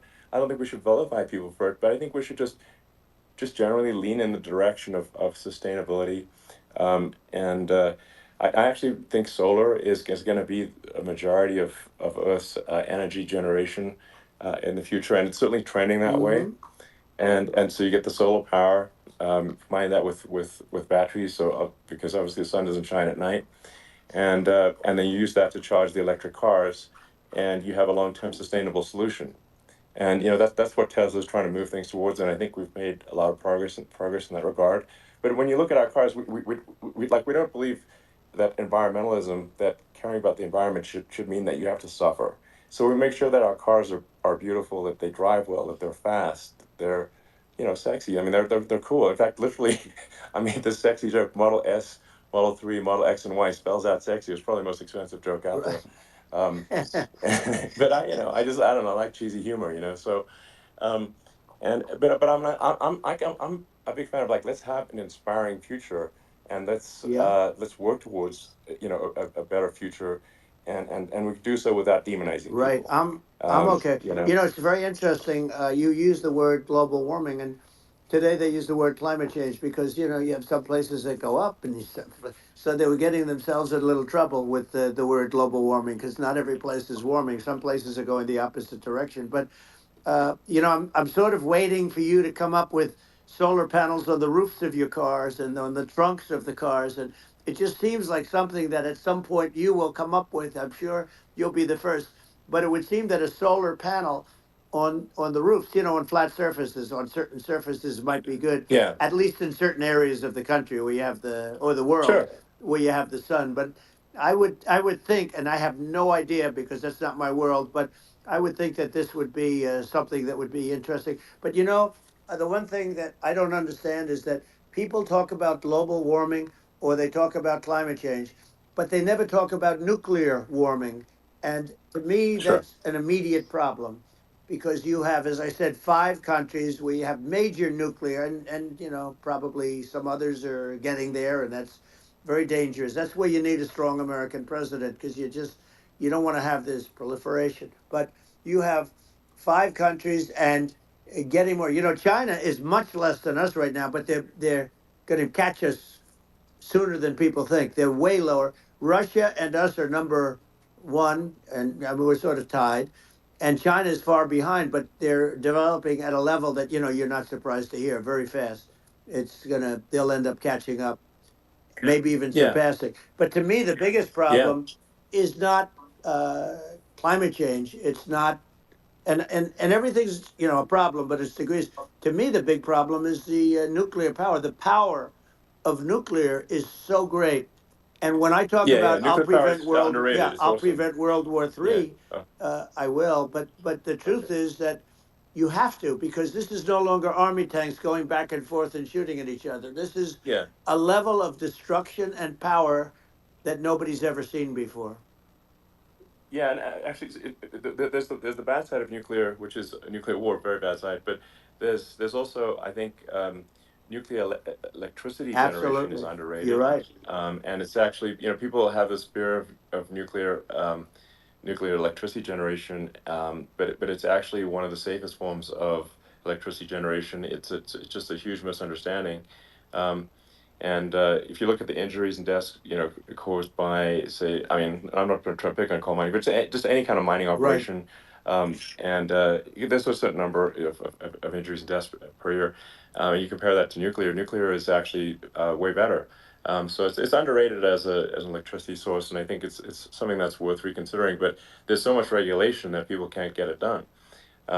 So that Maybe they'll have sort to of change the have it, name. you know. The name is just, it's a rough name. There are some areas Yeah, it's a rough like when name. you see what happened in, Good, bad right, branding. The we'll have to branding's rough. rebrand it. We'll have to give it a good name. We'll name it after you or something. You know, No, no, it has a it branding problem. When you see what happened, does have a branding problem. when you see what happened in Japan, where they say you won't be able to go on the land for about 3,000 years. Did you ever see that? And in Russia, where they had the problem, where there's a lot of bad things happened, and they have a problem. And they say that in 2,000 years, people will start to occupy the land again. You realize it's pretty bad, No, but that's not true. but you're Well, no, right no, about it. It's amazing. it's actually not that bad. So like after Fukushima happened in Japan, like people were asking me in California, are we worried about like a nuclear cloud coming from Japan? I'm like, no, that's crazy. It's not even dangerous in Fukushima. I actually flew there and ate locally grown vegetables on TV to prove it. Um, and I donated a solar water treatment, yeah, a solar powered system for a water treatment plant, and Yeah, but you haven't because the been danger feeling is so just well lately, and I'm worried about no, it. no, but I mean, I'm it's just only kidding. it's I'm only fine, you know. It's like Hiroshima and Nagasaki were bombed, but now they're like full cities again. So right. it's Well, that's really great. not That's great. something that That's um, great. so it's not as scary as people think, basically. But Yeah. um, let's see. I mean, are there some other topics we should touch on? Oh, like lawfare. I think Well, we need to be eh, concerned about. what they've done to Um, this country. obviously, Yeah. yeah. Well, we just won the big I case mean, in Florida. This was a Biden administration did something that's never been done in this country, and that's go after their political opponent, me, with this nonsense and just nonsense. And the big case in Florida we won, but they always pick a judge and a jury, and they use local DAs, they use the local uh, attorney generals like Fani, Fani, spelled yeah, Fani, Fani, and it's yeah, all a big hoax, and it's all run from there. Like in Manhattan, the one of the top people from the Justice Department went in, ran Manhattan, ran the state. The Letitia James deal was run by a person from the Department of Justice, Biden. They've never done this before, sure, and they set up a very bad precedent. It's called lawfare, warfare. yeah, It's a terrible thing, and never happened in our country. It does happen in banana republics and third world countries, but it's never yeah, happened. And the incredible thing is it actually drove my numbers up because people see, fortunately I have a platform like you, or in all fairness, like a conversation like this where I can talk about it and people understand. I mean, you fight for election integrity and you end up getting indicted because you're fighting for election integrity. And when the day comes that you can't fight for election integrity, you don't have a country anymore. So what yeah. happens is they went after their political opponent, me. Now Biden's, close to vegetable stage, in my opinion. Okay, I looked at him today on the beach, and I said, why would anybody allow him? The guy could barely walk. Why would anybody allow him? Does Yeah. he have a political advisor that thinks this looks good? He thinks this looks good because it looks so bad, and it's ridiculous. I mean, and he's been doing Right, that right. for a long time. He can't lift the chair. The chair weighs about 3 ounces. It's meant for children and old people to lift, and he can't Yeah. lift it. The whole thing is Well, crazy. he's clearly not, I mean, he's clearly like we just don't have a president right You now. don't That's have a just obviously the president, and case. she's going to be worse than him Um, because she is a San Francisco liberal who destroyed San Francisco, and then as Attorney General, she destroyed California. You talk about location, and we're talking about the sun and the water and all. There's nothing better than California. She has destroyed that. She was the original DA. She was the original in San Francisco. She was the original Attorney General in California. What she has done to California is, well, you know better than I do. You just left California for a lot of those reasons. And what she's done with crime, with cashless bail, where you kill somebody. I mean, we have states now you kill somebody and they let you out right away. I mean, you don't have to even put up, and then they never find the people unless they kill again, and then they let them out again. Our yeah. country is becoming a very dangerous place. And she is a radical left San Francisco liberal.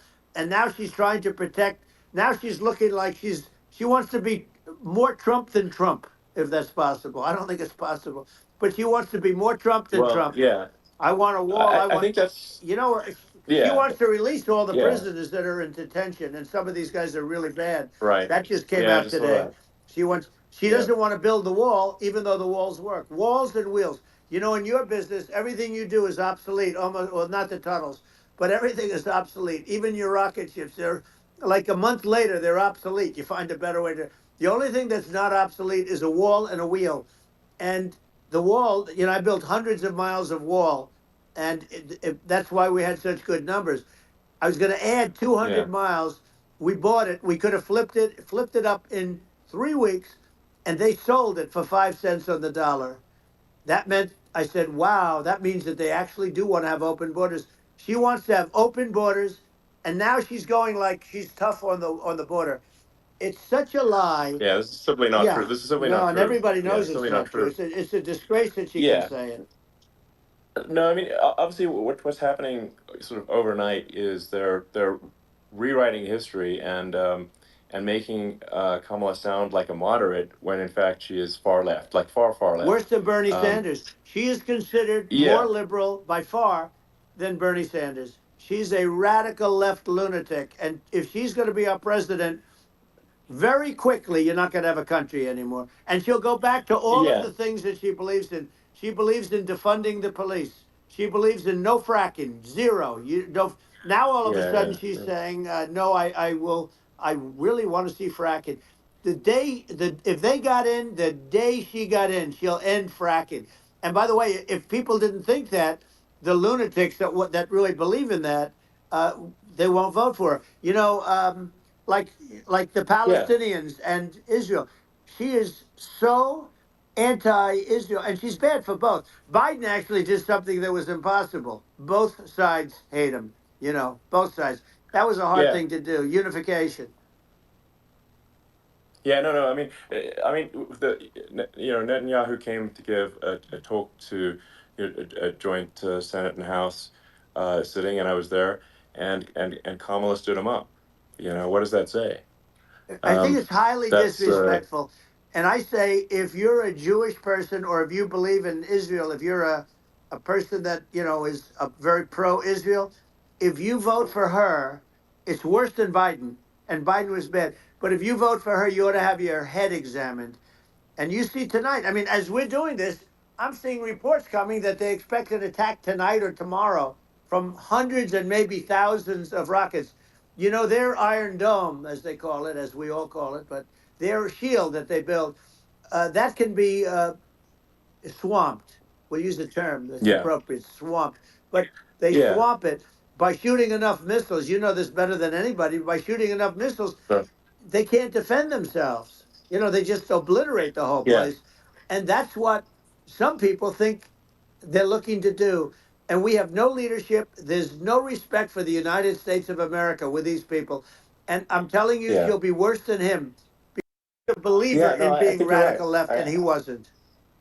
I think you're right. I mean, you really, it's important for the public that may be listening to this to look at Kamala's track record, before the last like month, and say, is that a track record you agree with? And I think if you're an independent moderate, you definitely would not agree with it, because it is her behavior has been far left, and we're seeing just an overnight propaganda attempt to rewrite history and make it sound like Kamala's moderate when she in fact is not moderate. Well, Um, so her I think running that, mate approved, signed into legislation, tampons in boys' bathrooms. Okay, now yeah, that's yeah, all I that's have to weird. hear.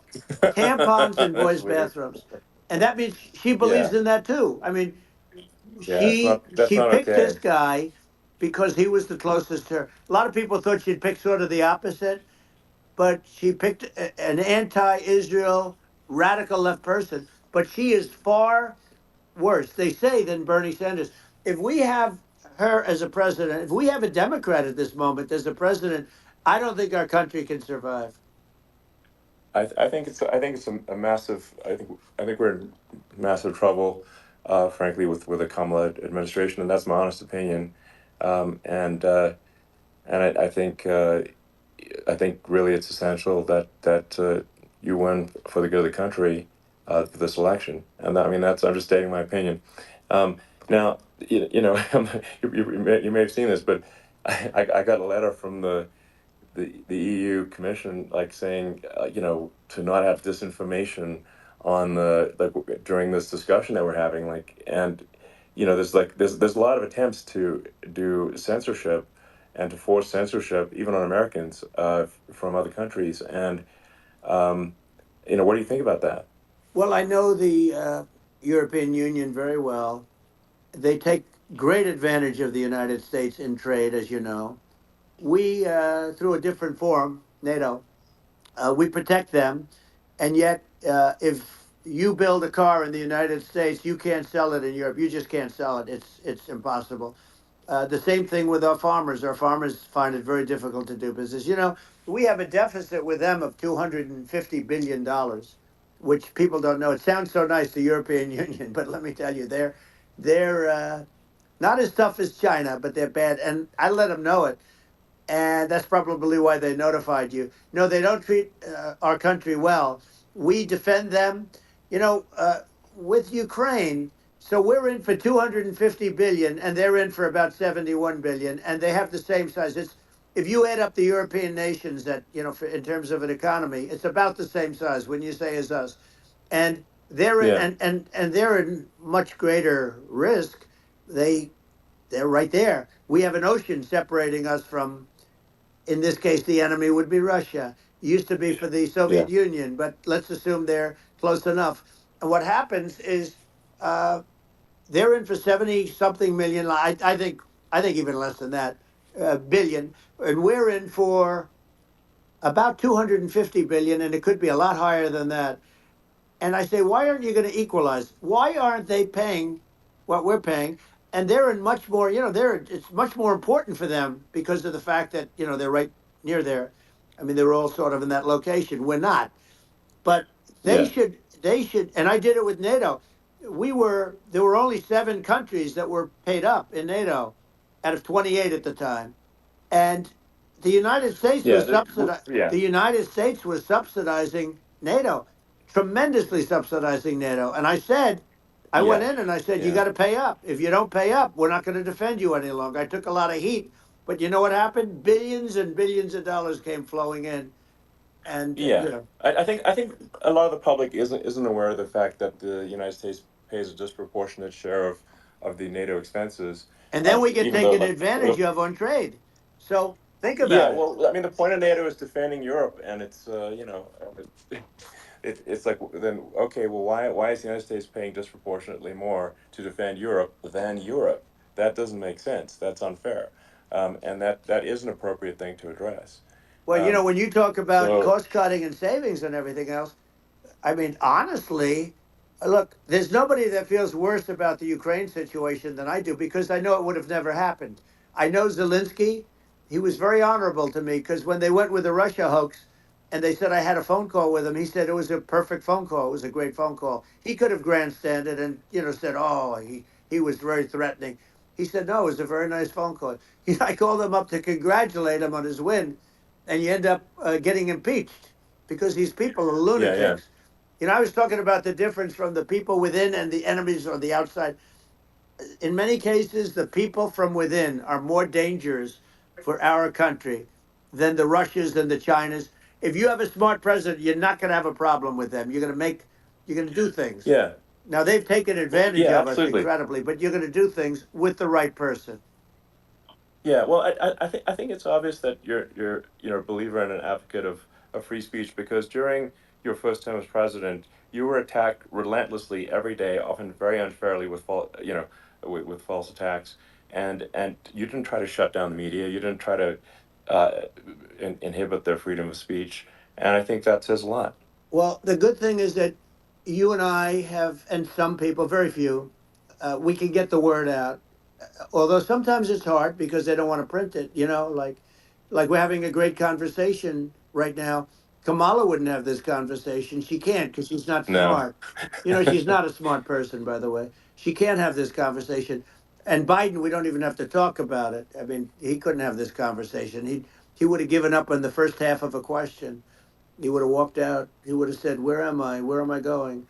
So anyway, but Yeah, no, he wouldn't have this. that's true. Not a lot of people would have this conversation, but we cover a lot of territory. But the beauty is that we can have a conversation, and Yes, you can I'm actually able have a to get it out conversation. without because I get I think treated this is a unfairly this by is a the really press. big point. You can actually have a conversation with you, Yeah, it's nice, isn't it? and you can't have a conversation with Biden or Kamala. It's like it's not possible. That's true. Um, It's so this is like talking to an NPC. So no. it's just Well, impossible. but think of it. We need a man or person who's unbelievably sharp in order to stop all the nuclear danger and all the dangers that I'm talking about. And I got along with all these. I got along with Kim Jong Un. We had dinner, we had everything, and he really liked me, and I got along with him really well. By the way, he's the absolute boss over there. A lot of people said, "Oh, do you think you really?" Yeah, that's for Let me sure. tell you, I saw things that you don't want to know about. He is the boss. but we had a good relationship, and he doesn't like Biden. He considers him a stupid man. He said he's a stupid man. Well, at least he speaks his mind. But in this country, you're not sort of allowed to say it, but I guess you are. You should be allowed to say it if Yeah, it's true. But we need smart people, and we need people that have an ability to lead. And she doesn't have that ability. Can you imagine? Now, yeah. Chairman Xi very well. Can you imagine her and him negotiating or No, it's even silly. It would be standing silly. together? It is the whole Yeah. concept is ridiculous. She is terrible. She's terrible. But she's getting a free ride. I saw a picture of her Yeah, yeah, on Time Magazine today. She looks like the most beautiful actress ever to live. It was a drawing, and yeah, actually, yeah, she looked very much like our great first lady, Melania. She looked, she looked, didn't look, yeah. she didn't look like Camilla. That's right. But of course, she's a beautiful woman, so we'll leave it at that, right?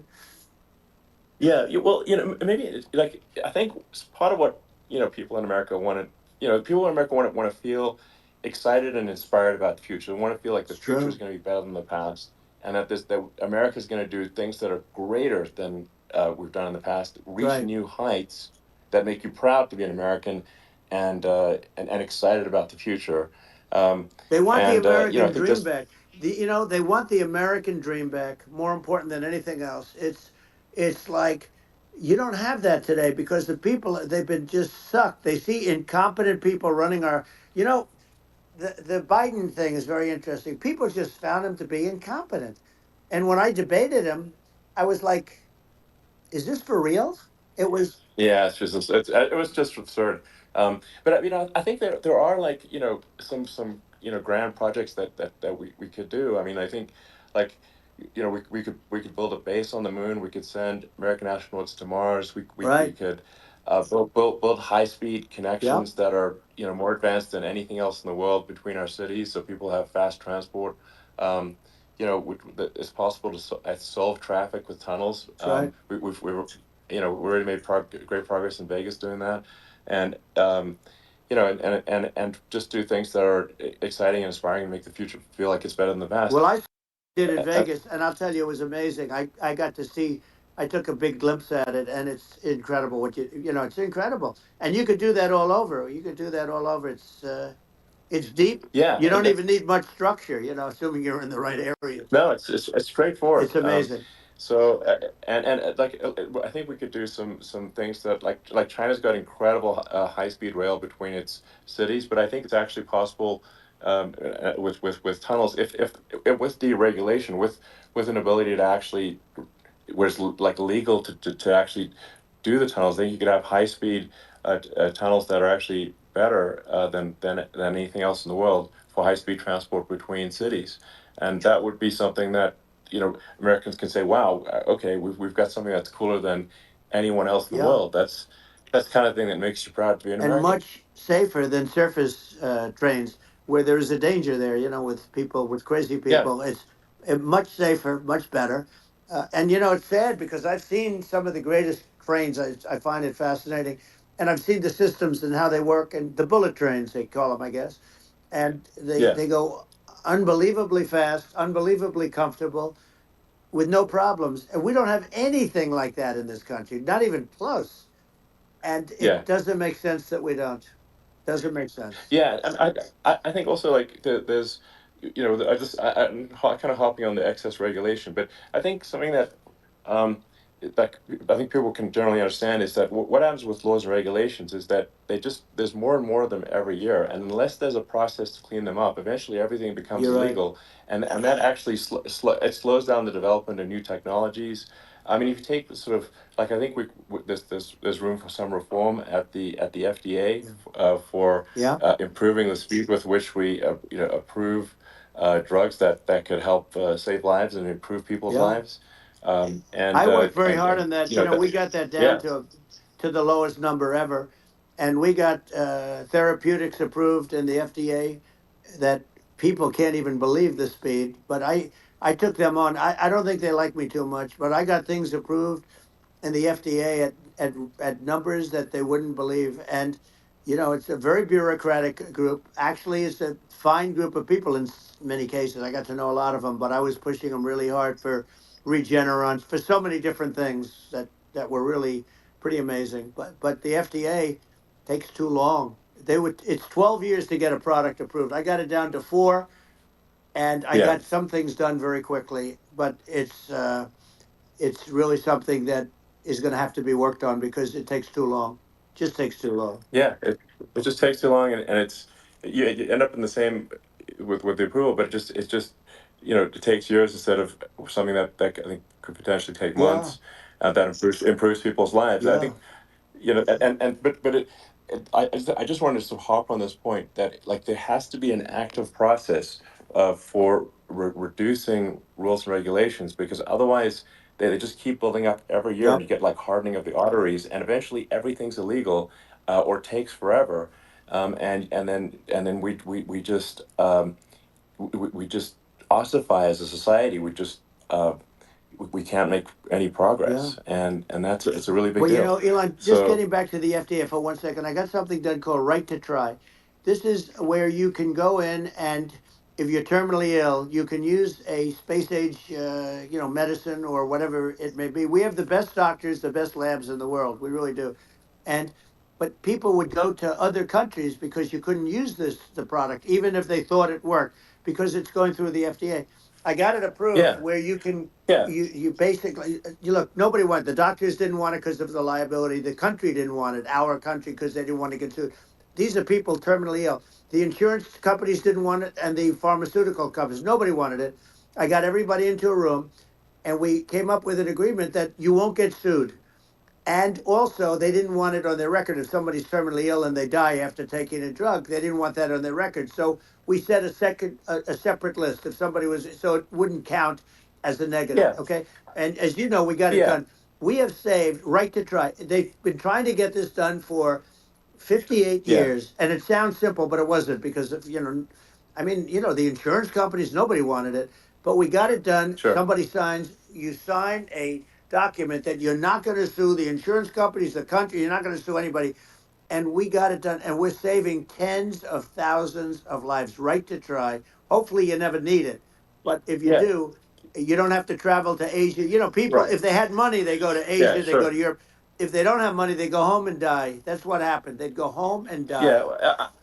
Well, I mean, and actually, to give Europe some props here, it's like if a drug is approved in Europe, which has a crazy amount of regulations, it should obviously be approved in the U.S. Yeah. I mean, they get more regulations than we do. So why would a drug be approved in Europe and not in the U.S.? That's crazy. Well, we did it. We did Um, something that really, they've been trying to do it for 50 years and they just couldn't get it done. And I got it done.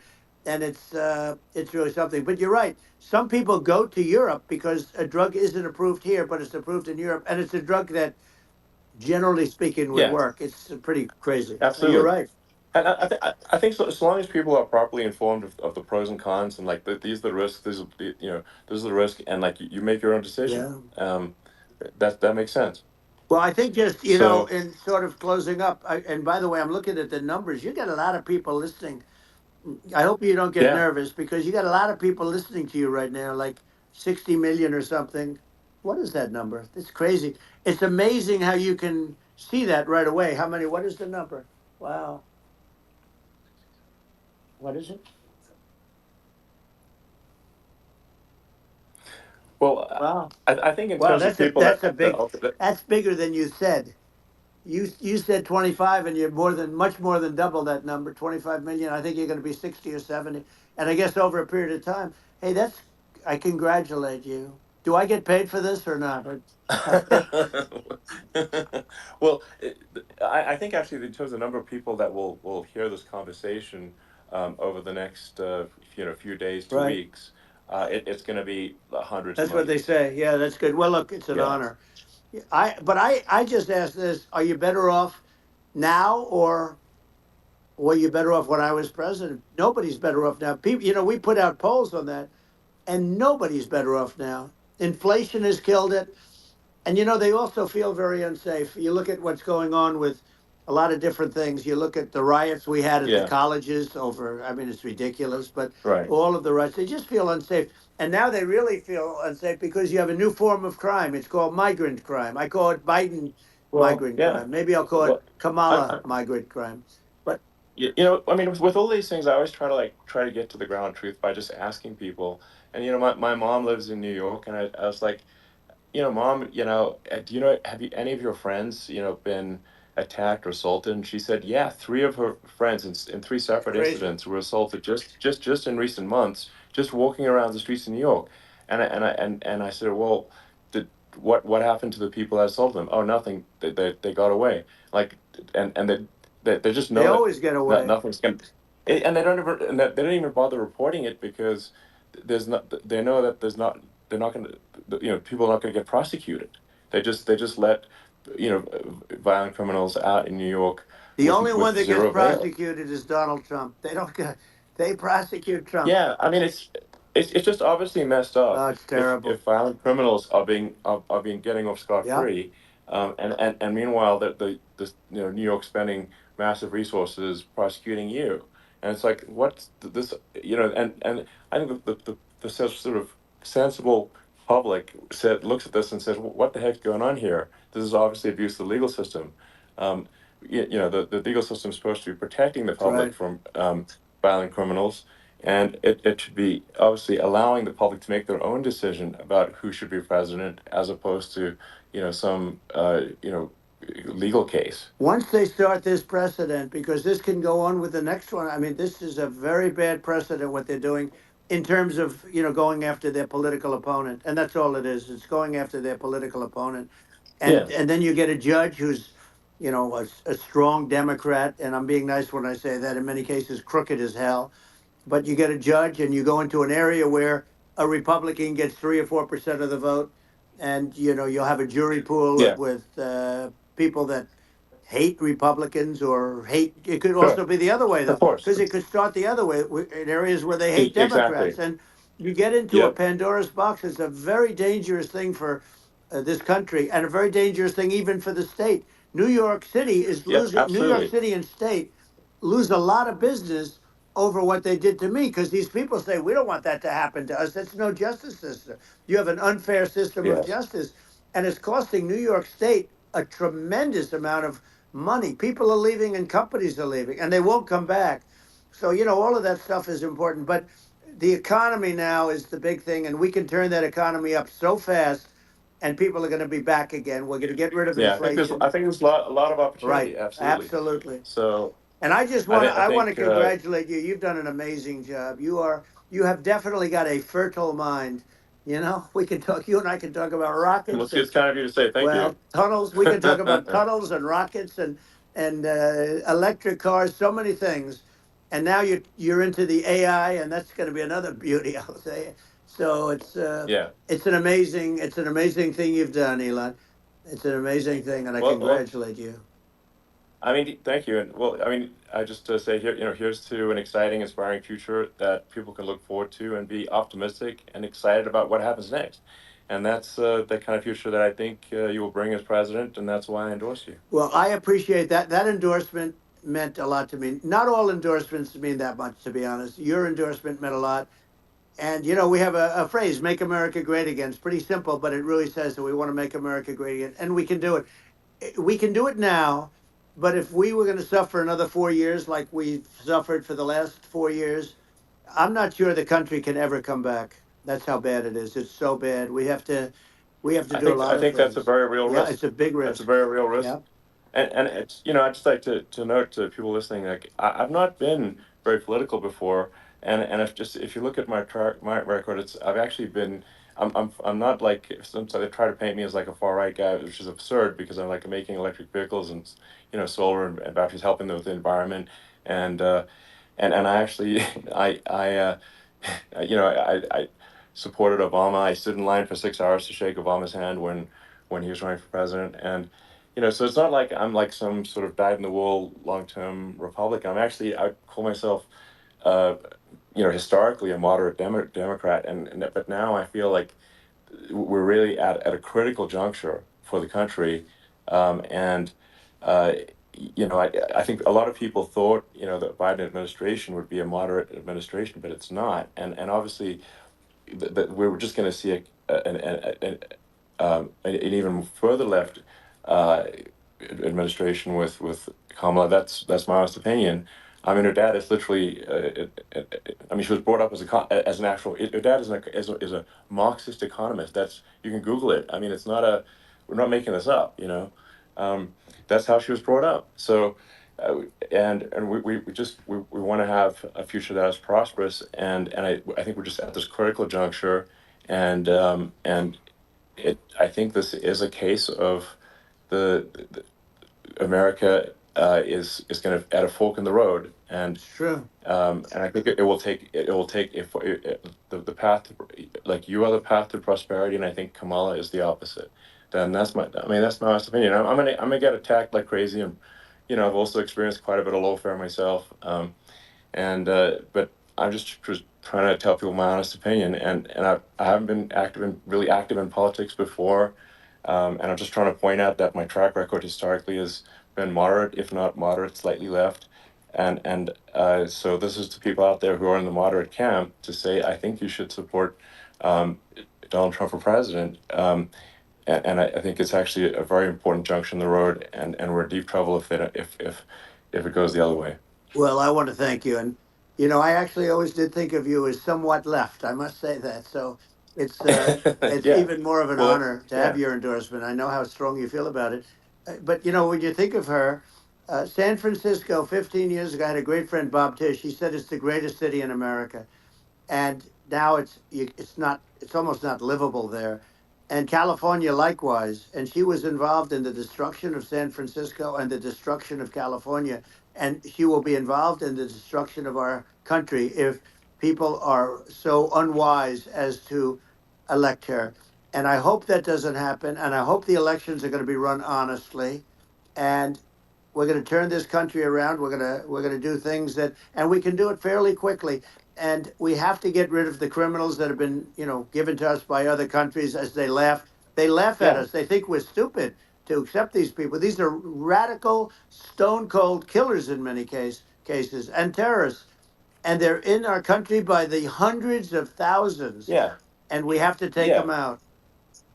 Yeah. I mean, if I could summarize it, perhaps, I think these are issues that I think most people in America would agree with, which is that we want safe and clean cities, we want secure borders, we want sensible government spending, we want to restore both the perception and reality of respect in the judicial system, just stop the lawfare, and I think that's like, and how are those even right wing positions? I think those are that's just common sense, and that's I mean, would you agree with A that? 100%. I don't understand, the whole, they call it progressive. They don't like the word liberal anymore, but call it liberal or progressive. I don't understand how somebody could say that it's okay for them to empty prisons into our country. And again, I told you their Yeah, crime rates definitely all not over the world okay. are going way down, which makes sense. In fact, the next time what we'll do is, if something happens with this election, which would be a horror show, we'll meet the next time in Venezuela, because it'll be a far safer place to meet than our country. Okay. So we'll go, you and I will go, and we'll have a meeting and dinner in Venezuela, because that's what's happening. Their crime rate's coming down and our crime rate's going through the roof. And it's so simple. And you haven't seen anything yet, because these people have come into our country and they're just getting acclimated. And they don't know about being politically correct law enforcement or lack of law enforcement. And our police, I have to just end with this. We have great police, we have great law enforcement, but they're not allowed to do their job. They have to be able to do their Yeah. job without being destroyed. Well, absolutely, and it's obviously demoralizing if you're a police officer risking your life to arrest violent criminals who could kill you and do kill you sometimes, and then you arrest the violent criminal, and then the DA doesn't prosecute, and they just let the guy out. Yeah. Well, then, like, why should a police officer risk their life uh, to arrest a violent felon Well, even if worse, if Elon, nothing's going to happen? even worse, they prosecute the police officer. They go after it and they prosecute the police officer, and they take away his pension. They take away his Yeah. job. He loses his family. He loses his house. Well, I thought it was very telling, like incredibly telling, that when there was that case where sort of a gang of thugs beat up police officers. I think it was in Times Yep. Square in New York, and and then nothing happened to those guys. They were let out, zero bail, and I think a bunch of them were given free tickets to California.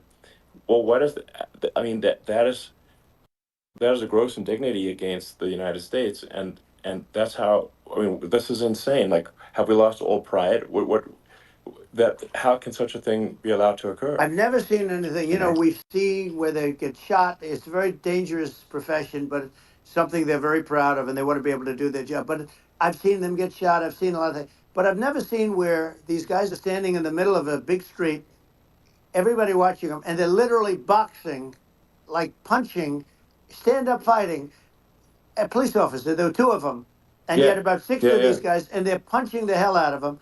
And in their own country, they would be dead if they did that. They'd be shot. They Yes. would be shot instantly. And they come from these countries, and it's taking them a while to realize that we don't do that in this country. But in their own Yeah, country, if they stood on a street and had a fight with a police officer, they would be shot. There's no political correctness, and yeah. It's it's just such a sad thing to see. And that's the reason you we have yeah crime, by the way, yeah, because we don't do anything about yeah. it. Yeah, we just cannot have a situation where our police officers are beaten up on camera by a gang of illegal immigrants, and then nothing happens to the guys that beat up the cops. I mean, and they're let out. This is Well, we're going to unacceptable. change it, Um, and we're going to get them out of the country. When I first got involved, they said you couldn't get them back to these countries. You couldn't take them back. In the case of Guatemala, Honduras, El Salvador, some others, you couldn't get them back. And I said, really? Oh, you can't get them back because under Obama, he couldn't get them back. They'd fly them in, and they'd put planes on the runways in these countries, so you couldn't land a plane. They'd bring them back. And the generals told me, sir, we can't bring them back. The countries won't accept MS-13 gang members. They won't accept them. And I said, really, how much do we pay these various countries in terms of economic aid, which is also somewhat ridiculous? And the answer was $750 million. I said, good. Tell them they're in default. They're delinquent. We're not paying them anymore because they won't accept yeah, it. And it's you know what happened? They all called me, yeah, every one yeah, of them. They said, we would be honored to take them back, sir. We would be honored. It was so easy. But it's one of those things. And we got it back. We took in so many, MS-13 is probably yeah, the worst gangs in the world. They're the most vicious, violent. We took them out of here by the thousands and got them out of here. And their countries took them back. And because I said, you're not getting any more economic aid. And once I said that, they were nice. They wouldn't take them back for yeah, Obama. They yeah, wouldn't take them back for anybody. And now we have a problem because we have this guy, and they don't take him back anymore with Biden because they don't respect him.